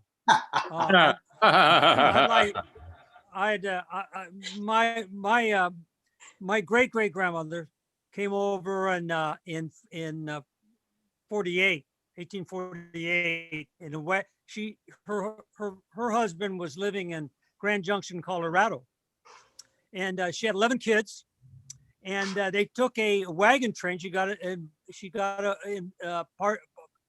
involved with a wagon train heading for Colorado. When she got there, the day she got there, her husband died. She had 11 kids, and of the 11 kids, that blew up the train at the beginning of the movie, and blew up all the money along with the train. So that's we missed the name of the movie. Butch Cassidy, right? And the one of the other was Billy the Kid, who was the McCarty. So that's kind of like the big. Whoop! I think you lost me. You're back. Anyway, that's a little journey. That's part of the journey of my family. Rough riders, cowboys, and the salt of the earth, and radicals like yourself. But it's let's just say I wouldn't have it any other way. And you know what I mean. And if you ever get to LA, our good friends own the Irish Times, which it's a great pub here that I perform at quite a bit during when it's not in lockdown. So enough of this silliness. And again, what a great journey. Thank you, Norton. If I could say something about Jack and Lowell, because I remember, Larry, you told me you had played in that bar, and a lot of the French Canadian fans that were all hung out together. They had a situation worse than the people who were indentured servants, because at least the indentured servants only had to be slaves, white Caucasian slaves, for 7 years, and then they were allowed to be graduate to being subhumans. President John Kennedy said the best thing of all, when he was nominated to become president and looked like he was going to win, someone said, Senator Kennedy, you're the first Irish American who has run for president, and you're still a devout churchgoer. Do you feel that this makes you lace curtain Irish? That was the term that was used by people that didn't like anybody, including themselves. So to marginalize the Irish people, they said, well, these are the upper class Irish people, so we'll call them lace curtain. Do you think that you're a lace curtain Irish person now and not a shanty Irish person? His folks had come over in the 80s. He said, how many generations does any group of people have to be here before they're considered to be Americans? Bam, case dismissed. That's the way he spoke of it. And in Lowell, many of the people who came from Quebec had a hard time because they were working in the mills and they were kind of stuck there, and they didn't know whether they should speak French or even though they could play Irish music and devout churchgoers. And Jack really believed in the church. That wasn't something that he dabbled with. That was something he cared about. And he was the first person to ever take me to mass. I played the Bach B minor mass, but I'd never been to one as a customer, you might say, or a guest. And I remember he had such a feelings of antipathy and Normandy or Brittany. We think of Brittany, we think of Britain as being English, but actually Brittany was the place where the French speaking folks came, and they were connected very much to Ireland, and then came to Acadie, and then finally came down to the States. But the whole journey in Lowell was so much a special. The Pawtucket Social Club is still there, and that's the one where his father was the head of that. And there was the connection. He wrote a beautiful book, as you know, Larry, and I'm sure some of the readers do, called Maggie Cassidy, that was all about his romance with a person of Irish descent whom he was in love with, and how much he cared for her family and for her. And it's kind of a beautiful, innocent story of his life in Lowell. And in Pull My Daisy, he wanted to be Mez McGillicuddy. I said, Jack, I haven't acted since the 10th grade. I was Bushy and Richard II and packed it in. I realized that was not my gig. All the films I've been in, like Pull My Daisy, I just stumbled through it, but I don't know how to act. I said, he said, just be you. And I said, well, man, I know about 5,000 great Irish actors who are out of work that would love to be in a film that can kill it. And he said, nah, I want you. He said, just be you. That was my introduction to the Stanislavski method. And I said, well, Jack, why didn't you get a real Irish actor? I said, I'm a Sephardic Jew born in Philadelphia, brought up on a farm. I don't know anything. He said, no, just be you. So I was playing the deranged French horn player in the rotten jacket. And the greatest line that he made up was something about playing the music of the Irish saints or whatever it was. And when he did that, and I was playing, I've actually played something on the horn, and I just got that feeling. He made me feel that I was there just by his words and his feeling. And he was about the spirit, and he felt that spirit. And that's something you can't define or teach, and that transcends politics. And that's what's so beautiful, is that spirit. When you were doing your readings and the singing, man, that's some other stuff that we'll never understand. Like your Beethoven Ninth Symphony, you don't have to be German to appreciate that. That's just something where it's connecting to something way bigger than we are. And what you did, that's what it's all about. It's all a mystery, and it transcends politics and race, and can't be put in a bottle of formaldehyde, and you don't need a concrete museum. I played Attica Prison. You don't need that situation to have art, something beautiful. It could just be done on the spot like you did it, or carefully worked out. And it all comes from that same connection to that beautiful spirit or spirits, whatever they are. And they don't have a category. Therefore, they shouldn't be merchandised. They should just be put out there so people can check it out on their own. And really thank you for doing that, because that had more to do with Jack Kerouac's spirit to me than just about anything I've heard, and certainly not the morbid fans of the Marquis de Sade and Charles Manson, who have a perfect right in a free society to love whatever they want. But that's another thing. And you leave all that crud to the experts. You always leave crud to whoever's the best crudologist. Jack was beatific. He believed in beatitudes, not beat. And I only mention that because when Jim Canary takes that scroll, and I've been with him in London and in Lowell, Mass, in Florida, and Indianapolis, a bunch of places. Every time I go there, I say, wham, I see that big thing. And it just emanates a feeling. And I thought, well, maybe I better just keep quiet about that. So I finally mentioned it to Jim after years. And he said, man, every time I take that scroll, unroll it, roll it up, look at it, hang out with it, I feel that too. And there's just something that emanates from that. And that, I think, is because he suddenly somehow had that within him and was able to transfer a little of that thing that's bigger than all of us.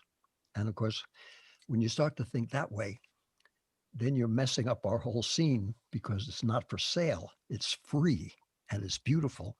It's uncategorized and it's wonderful. So thank you for what you're doing to take us all to school about what it's all about. Pleasure, David. Thank you, Larry. And Larry, I would love to talk to you about your book, but I want to let you know that our friend Sheila O'Donnell, is on the call. And hi, we call her Shishi. Are you there, Shishi? I'm here. Hello. How are you doing? Hi. Shishi has joined us to sing a song in Gaelic. Right.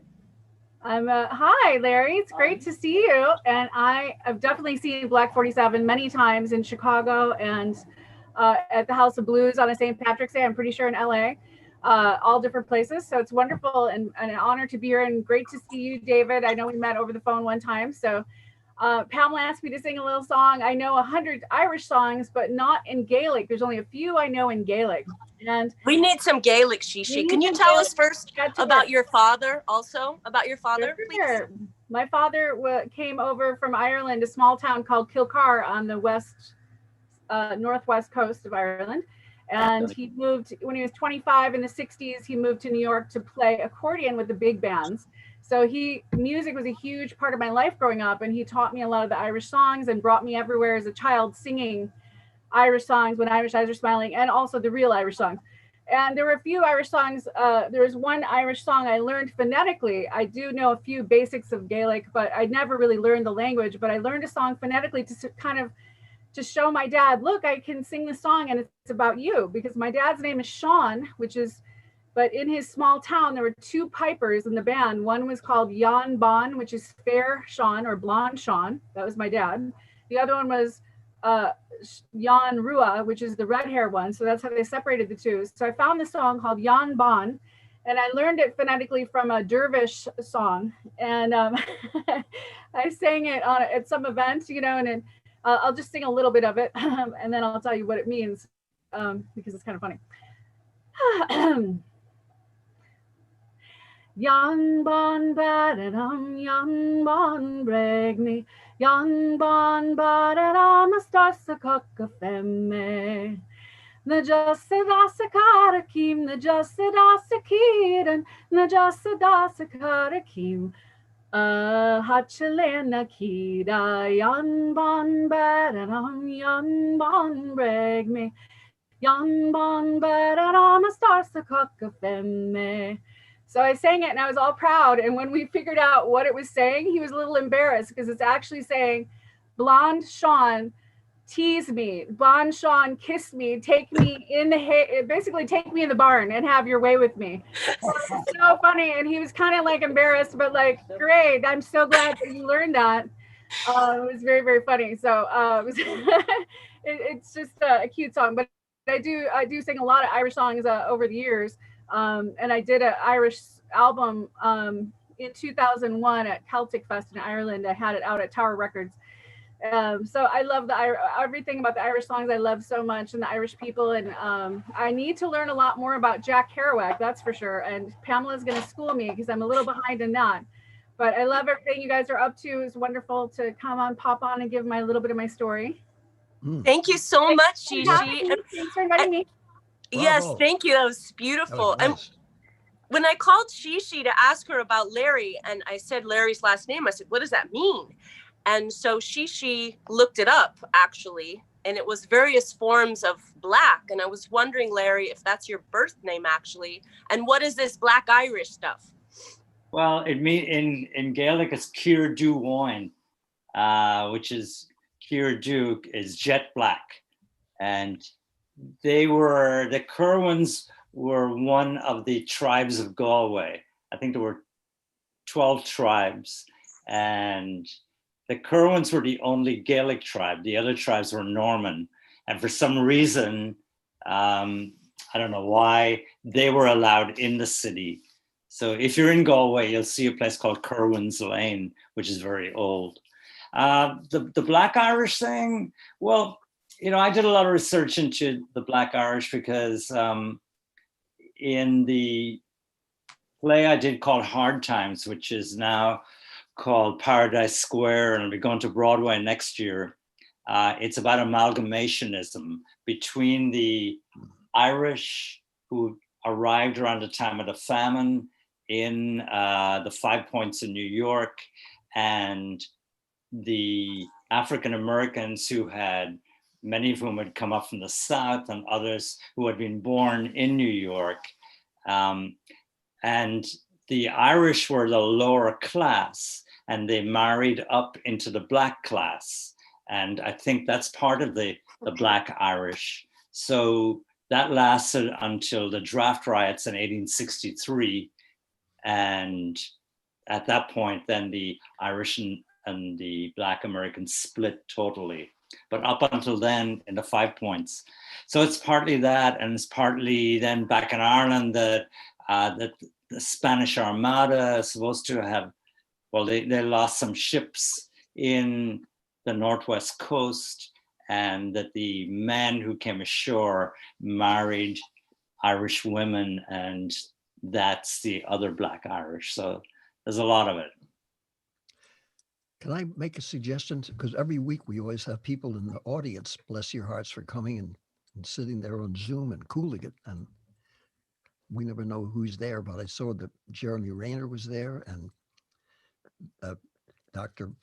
wonderful doctor of psychology who has a great jazz program and a great jazz website. And Larry's website, incidentally, for the person who questioned about Irish writing, I told Pamela that Larry's an example of collaborating, because instead of saying here are the great Irish books and just putting his own books up, he has about 120 books that you can look at, all of which are some by world famous authors, some not world famous, but terrific, that he's assembled.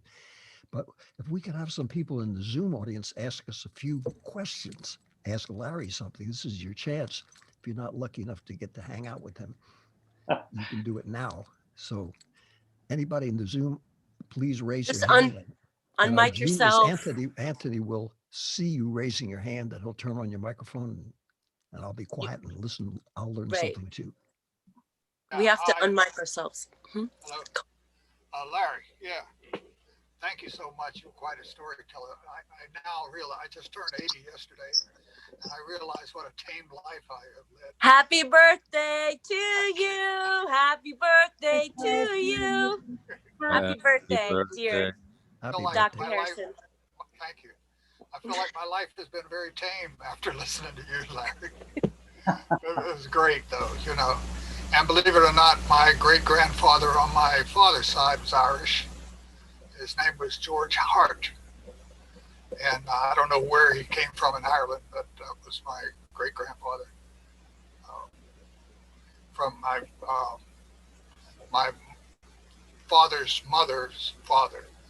And my father's from South Carolina, so that's where all that happened. But thanks for that explanation of the Black Irish. It's very interesting. I learn so much every week, David. This is just so great. So I just want to thank you all.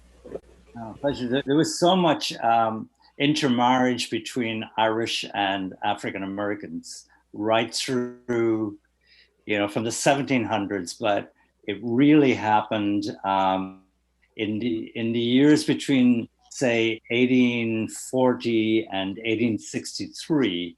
There was so much of it all across the country, and unfortunately the draft riots brought out the nastiness, and it was basically the ruling class turned the Irish and the Black people against each other. When I came here first, I was thinking, man, why are Irish people and Black people not closer together? Because in Ireland, everybody listened to Black music. That's all we listened to. And we got off on it. So when I came here, the very first concert I went to was Curtis Mayfield. And I was thinking, I am in heaven listening to Curtis Mayfield's voice. If I could only hear Otis Redding, the two voices I wanted to hear in the US. And then that's what set me off on the track of trying to find out what amalgamationism was. What happened? And I could tell something had happened because there was suspicion on both sides, both on the Black side and on the Irish side against the other people. I knew it had to be some kind of cataclysmic event. And sure enough, I found out what it was. It was the draft riots just split the two peoples up, and they never came back together again. Well, Frank McCourt told me that when we were going to do the Misa Manhattan bit, he died before we could get it done, that in 5 points, that the African-American dancing styles that were allowed, because you weren't allowed to dance, but you could do certain stuff moving, and that was considered acceptable. So with step dancing, where they had their arms down because the British forced them not to use their arms, that magnificent style, and what they call buck dancing, which came from the South, that was the progenitor of what we call tap dancing, because they would have little contests, friendly contests, like bands, cutting contests and bands, where they would have dance steps, and between them, up until those riots started, there was a wonderful thing in 5 points of a celebration of what created the art form known as tap dancing, which Sandman Sims and all those great dancers and the Nicholas brothers, they were part of the jazz scene. Yeah, and a lot of Irish American musicians like Jerry Mulligan and Pepper Adams, they fell right into jazz naturally because they were brought up with rhythmic music, and so are a lot of other people. So you hear bluegrass, Irish music, and jazz, and there's never a question about where the one is. And with all the complex, incredible rhythms and polyrhythms, like in Afro-Cuban music, there's stuff you could spend a lifetime studying, the phrasing and the subtlety and the beauty of that. And finally, when Riverdance came here, we got to see something besides the Hollywood stereotype of, I won't even go into it because everybody's been shortchanged. What about the Titanic? We love the Titanic for the Irish stuff. Oh, it's gorgeous. That's my buddy's Gaelic Storm. That band that was in the Titanic became the band Gaelic Storm after that, and are still playing. And Barry Lyndon was the movie that made it possible for the great classic Irish group to not to only play at the Hibernian societies and come down and jam all night at the Lion's Head afterwards, which they did after they became world famous, but they were able to have their music get out there, and they never had to sanitize it, change it, or have somebody in a polyester suit who never knew how to sing and dance say, now we have to make this relevant by including these putrescences that will make it bearable for the young people whose dollar they were desperately trying to rip off. And it turned out that a whole generation of people fell in love with that music because they could hear it played the way it's supposed to be played. And that's why jazz and traditional Irish music and chamber music and symphony music and Middle Eastern, all those great sincere musics with purity of intent and an exquisite choice of notes, with people playing it who keep it for real, love what they're doing, and want the audience to have a good time, which I did when I played with you at the St. Patrick's Day of all places on 42nd Street on Broadway. And the preponderance of people in the audience had come all the way from Ireland because they wanted to come and have a good time in New York and hear Larry play and not hear a Burger King-ized version of Irish music that was taking a John McCormick record and ruining his great singing by making it sound like a punk rock wedding bar mitzvah club date orchestra, but the real thing, or the real thing done in a real way. Because if it's done in the real way, it's always the real thing. How were those days, early days in New York, setting out as an Irish punk rocker? And can you also talk about your book, about your music book, the history of? Yeah, well, the way Black 47 formed is I met this Irish cop, or he's a detective sergeant, Chris Byrne, in a place called Paddy Riley's. And I had gotten out of music. I had been in a band that had a record deal with CBS Records. And then I decided to become a playwright. And I gave up music totally for 4 years. And one night I really missed the music and I missed hearing Irish accents. And I went to this pub and I got up on stage with the group there. And later that night, I was sitting with the leader of the group and he was all depressed. And I said, "What's the matter, man?" He said, "Well, I got these gigs coming up, but the band I'm in is breaking up tonight and I got no one to play them with." And I said, "I'll play them with you." And that's how Black 47 formed. He said, "Well, what should we call ourselves?" I said, "There's only one name, it has to be Black 47 because we'll be political." And he was really political too. And we went up to the Bronx and they were expecting, you know, a U2 band or a Christy Moore or something. But I had a drum machine, an electric guitar, and Chris had uilleann pipes and whistles and a baron. And we blew the hell out of the place. I mean, we were pretty bad and everyone left and then we got fired. But there was a shortage of bands up there at the time. So they needed musicians. So we would go to the place next door. They'd hire them. We got fired there. But after about a month of this, we started to get better because we were playing 5 nights a week. And we were playing original music, basically. And so within 3 months, we had 2-3 hours of original music. And we were able to play anywhere.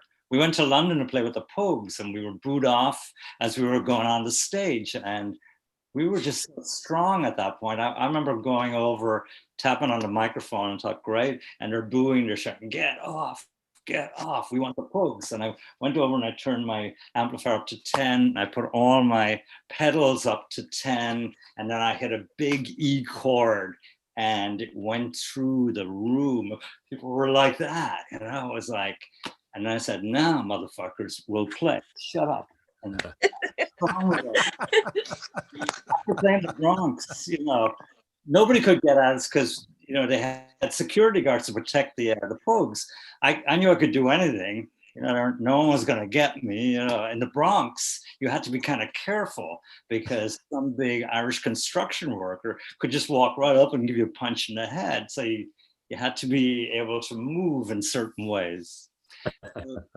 We got better as we went along. As regards the books, well, I have a new one that's coming out in March. It's called Rockaway Blue, and it's set 3 years after 9/11, when a family who live in Rockaway Beach, one of their sons has been a hero in 9/11, and the father finds out a couple of years after that he was actually in the North Tower 30 minutes before the plane struck.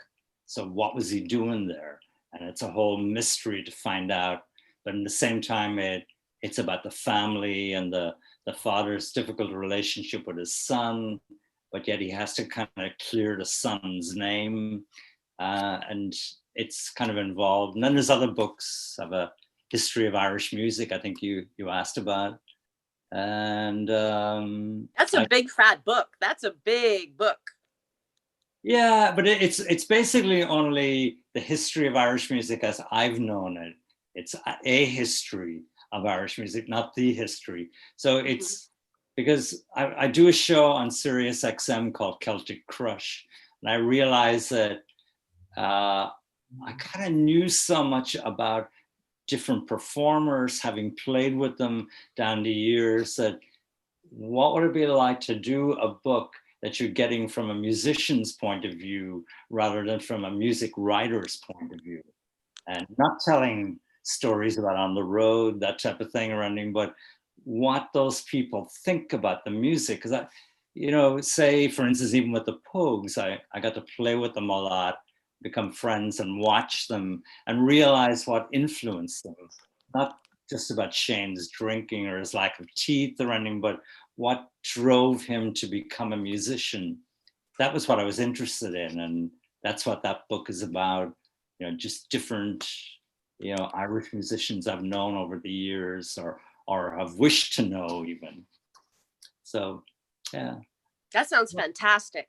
Yeah, I like to write because on the road, when you're on the road with a rock and roll band, there's just so much downtime. The downtime can kill you. I mean, I like to drink and everything, but the temptation is so strong to be drinking all the time because it's free, So, for instance, with A History of Irish Music, we decided to disband, and about 15 months out, so we knew we were going to play and be on the road continually for 15 months.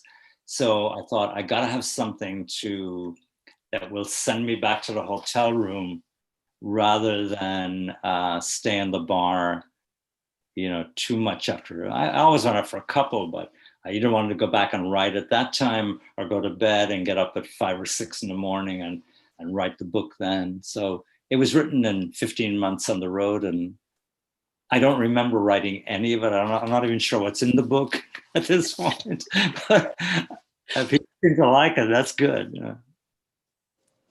I'm going to check it out. So, Davey, we have a little time left. I don't know if we want to ask Shishi to sing a little something else, or Larry, are you going to read? Because Norton's going to paint with you. What would we like to do now? We have a couple minutes. Larry, I can, as we've done for the last 40 years with never rehearsing, if you read something, I'll switch over to the piano. And since Zoom is notorious for having a time delay, All right. don't even listen to me. And fortunately, our great engineer and producer, co-producer, Mr. Anthony Demabia, understands, since he's a poet, musician, performer himself, the musical accompaniment is not supposed to blow down the skyscrapers of the world and drown out the words. So if I'm soft, that's the way it's supposed to be. And I'll play sort of amorphously, since I can't, Zoom doesn't make possible, and I'll just cool it and play a little something behind you. And we'll imagine the bells of hell is closed, but we're still here. The music's still here, and whatever you do will be cool. And I want to thank you, of course, for your graciousness and all the great stuff that you do, and thank Pamela and Anthony Demabia and James Canary and all of our wonderful guests, Dr. Nelson Harrison and Jamie Renier, who great radio producer, who I saw his name there, but he didn't get to say anything. But we're so glad that you showed up. And Murray, great piano player and Good to see you again, brother. and all the other people who come to celebrate. Joyce, good to see you, Joyce. And thank you, Shishi, so much. Yeah, that was a beautiful song that she sang as well. And this would be a little something with Larry. And then we hope to see you all next week, and hope that you'll be creative, that you have wonderful holidays, Hanukkah, Ramadan, Christmas, St. Patrick's Day, Armenian International Women's Day, Chinese New Year's, and don't forget Billy holiday. And thank you, Norton, and happy Hanukkah to you, Davey. Okay, I'll read from the new book. This will be the first time it's ever read, so it's called Rockaway Blue. It's coming out in March on Cornell University Press. I'm finally going to school. I had the school of hard knocks on the road for so long, so I have a PhD in road. All right, this is Rockaway Blue. The first deep draft of salt sea air always cleared his head. Sometimes he even trekked down to the water's edge and played chicken with the surf and spray, despite Maggie's insistence that the salt corroded his black leather shoes and that he was mad as a hatter not to wear sneakers like everyone else. Jimmy had never cared for sneakers, felt they took the dignity away from a man. And of late, there was little else holding him together. More often than not, he just leaned over the railing on the Rockaway boardwalk and gazed out at the breakers. He didn't need to be close to the ocean anymore. It was bone deep inside him. Even halfway around the world, when he was crawling on his gut up near the DMZ, sucking in the tang of jungle decay and the reek of woolly peat, he could sink his face in memories of Rockaway surf and know that whatever happened to anyone else, Jimmy Murphy was going to make it home from Nam alive. And in the bad old days of the 70s, when still a rookie cop, he often stood on the self-same boardwalk spot and watched the sun rise up out of the Atlantic. And in those jittery dawns, he could feel the first gentle rays burn away all the residual bullshit of the insomniac city. The echoes of artillery in his head were a lot stronger back then, and he'd wait impatiently for the first purple clouds to come floating over the crimson horizon, where they invariably soothed the jangling in his brain. He never tired of his boardwalk ritual. It always grounded him, put things in perspective. He sometimes wondered how other New Yorkers dealt with the chaos of urban living. They had their rivers, their parks, and their religions, he supposed. But he had the ocean's vastness, hardly more than a stone's throw away from his kitchen. That set him and the peninsula apart. Sure, Rockaway might be tethered to the unfashionable south side of Queens, but it thumbed its nose at the rest of the world and went its own unhurried way. It's not that the people were different. Take them off the peninsula and they pass for regular, stressed out New Yorkers, but plant them within shouting distance of the boardwalk and they instinctively displayed a quiet sense to themselves. Be they Irish, Italian, African, Jewish, Russian, or whatever else had recently blown in, once they put down roots, Rockaway's sandy soil, it didn't matter. They belonged. But the peninsula was narrow in more ways than one. Newbies soon got the message loud and clear. Either fit in or stroll on somewhere less demanding. From time to time, Jimmy chafed against the resultant insularity, but it was the only home he'd ever known. And no matter where he dallied, he always returned to his concrete strip of heaven that perched warily by the side of the unpredictable Atlantic. Next parish, Ireland, Jimmy. He hadn't heard Artie creep up behind him, but he did catch the note of triumph. The old man had pulled a number on Detective Sergeant James Murphy, 30-year-old veteran of the NYPD. How about that? Yeah, Artie. Just beyond the horizon. Jimmy acknowledged the small victory, even as he studied grizzled face. Had Artie lost another tooth? Hard to tell. But he had definitely gained a Red Sox cap. Not the wisest thing to be wearing on Rockaway Beach. That's what the old people used to say. Archie nodded wisely.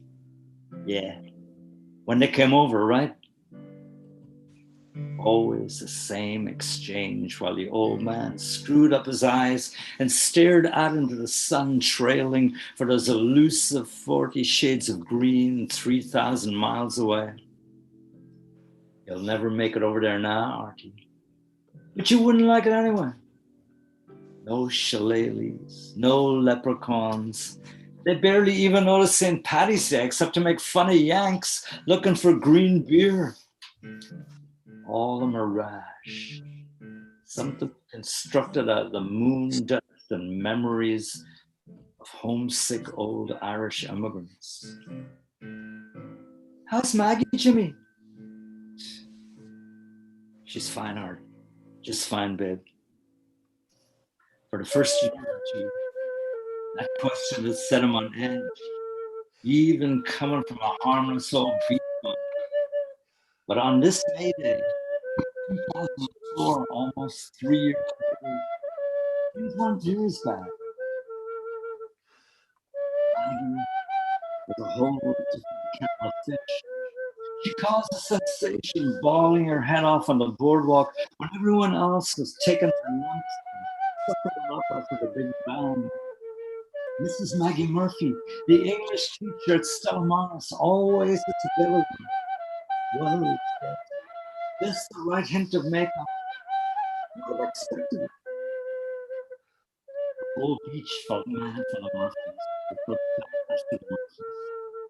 They were good people, always there for everyone else. So his wife has cut some slack. And yet the question, how's Maggie? Still set Jimmy on edge, flung him right from that September morning, almost 3 years previously. Jimmy had found a working phone some blocks from the North Plaza and called Maggie to say Kevin was safe.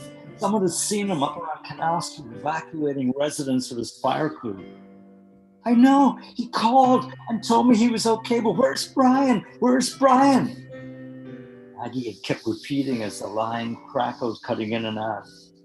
Call Rose, she'll know. He didn't come home last night. Rose has no idea where he is. Jimmy's anger rose at another of his son's unexplained absences. He rattled off some crap about Brian going to DC on Giuliani business before hanging up. But it was the same story no matter where he inquired. Cops and fire missing big time. Gotta wait till the dust settles. Back near the North Plaza, he ran into Noah Jensen from Midtown North, who said he was pretty sure Brian was off duty. But Jimmy knew his son had to be nearby. Brian was always at the center of things. Why would this be any different? What makes you think he's down here? Jensen coughed through the smoke and dust billowing up from the remains of the South Tower. Even if he is on duty, chances are he's uptown kissing Giuliani's ass. Jimmy threw Jensen a fuck you look, but the ground had begun to shake. They both ran when they heard the same monstrous groan the South Tower had given. Jensen sprinted ahead, but when he turned to look back, Jimmy could see his eyes almost bulge from their sockets. Jimmy spun around just as the huge antenna sank into the collapsing roof 110 stories up.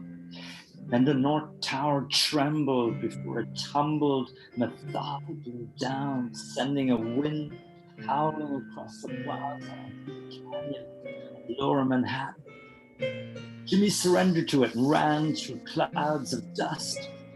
The gathering gray hurricane sent him staggering over a sidewalk curb. He picked himself up and stumbled on again, his arms outstretched in the viscous semi-darkness until he hit a window frame. He slid to a halt, his forehead grazing against glass, and could go no further. He had no idea where he was, but he had gained some kind of shelter, for the force of the wind lessened. He covered his nose and mouth and held on for dear life to what seemed like a doorframe. Overwhelming din of spars clattering, steel bending and concrete collapsing rose in a crescendo, then faded very slowly until a dense, eerie silence blanketed everything, like the morning after a blizzard.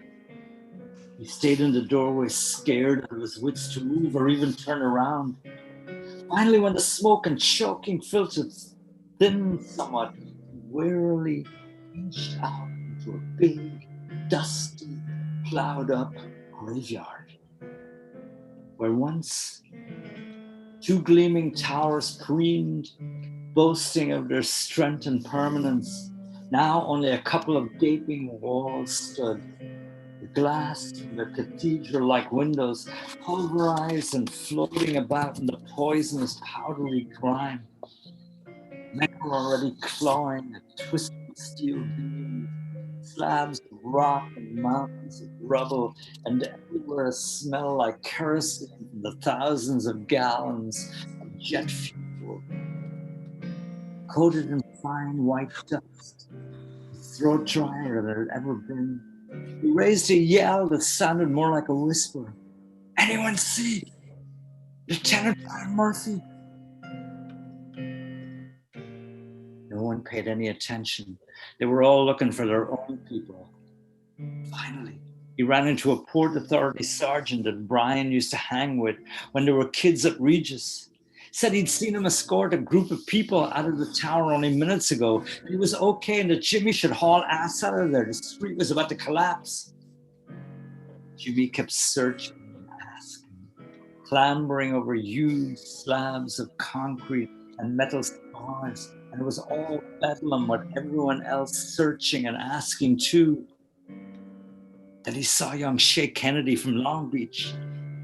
He had lost his fire helmet and was sitting on the side of a battered office desk, with tears coursing like rivulets down his grimy face. "Father Michael's gone," Shay whispered. "Our chaplain's dead. Have you seen Brian?" Shay looked away. Jimmy felt he was hiding something. He repeated the question, but the young fireman had closed his swollen eyes and was no longer listening. Jimmy hurried off, colliding with other searchers, slipping on twisted girders and stray pieces of shattered office furniture. Clouds of smoke and dust were ebbing and flowing amidst a steady confetti-like hail of paper, illuminated by ghostly fires, and it was hard to see for minutes on end. Occasionally the wind would shift and it would clear for a few seconds. And with the sun burning through the haze, he saw the Port Authority sergeant again, raced after him and asked how he knew Brian was okay. The sergeant said he'd seen him with Richie Sullivan inside the North Tower and had plenty of time to get out.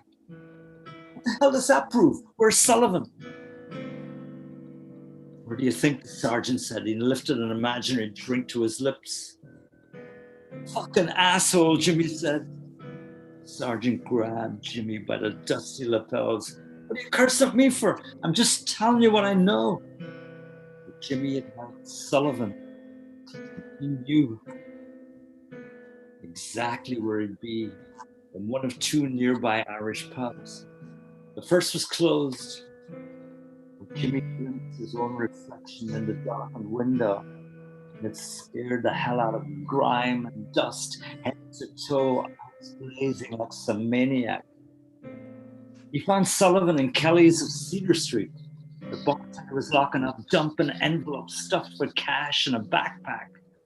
Sullivan was already half shot, shock and a pint glass of whiskey. He shook the large, disheveled frame of his old partner. The white dust rose in plumes around him. It took a while. Through all the crying and slobbering, he made out that Brian had led 7 people out of the North Tower, raced back in for more, and then the whole show came tumbling down on top of him. Jimmy was screaming that the son of a bitch was lying and he'd better come clean, but Sullivan just kept calling that he'd been with Brian since 8:15 that morning and knew exactly what happened. Finally, Jimmy threw him over a table and bolted out the door. He ran back to the North Plaza, but they cordoned it off and wouldn't let him through, though he was roaring at them. He was the detective sergeant and had to find his son before it was too late. But they were afraid of the foundation collapse. Eventually, his training took over and he walked and ran and hitchhiked back uptown, pulled rank and got a lift out to Rockaway. He barged through his front door on 120th Street, nearly taking it off the hinges, but all was silent within. Maggie already knew. No one had told her. She just knew. She was up in her bedroom. The blinds were drawn against a clear blue September day. And in the shadowy hush, she was sitting on the side of the bed, staring at the wall, her fists clenched, slim body taut.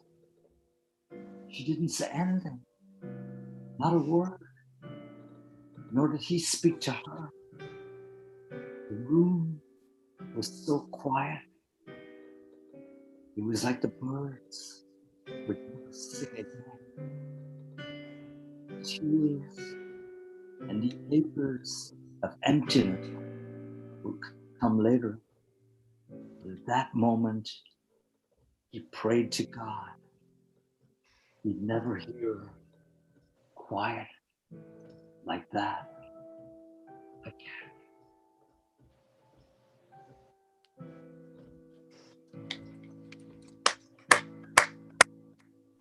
Good night. Man, Larry. Larry Kerwin and company. Larry. Thanks, we got it David. on the Beautiful first take. cover. Beautiful accompaniment. Powerful Thank you book. all. Thank you, Brilliant Pamela. read. Thank you, Anthony. Thank you, David. Thank you, Mr. Norton, for your wonderful artwork. Thank you for the gorgeous singing, Amy. It was just terrific. And for everybody, thank you for tuning in. We'll be here next week.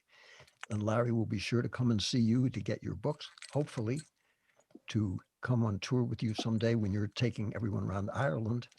And just thank all of you for being here and for sharing with us in the good, collaborative, warm, creative spirit of Jack Kerouac. And better days are yet to come.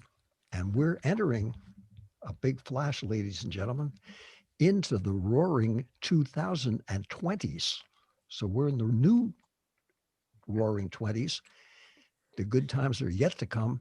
And we're right here celebrating that as the first ones for the roaring 20s. And Larry, Yeah. you got us off to a good roaring start. All right.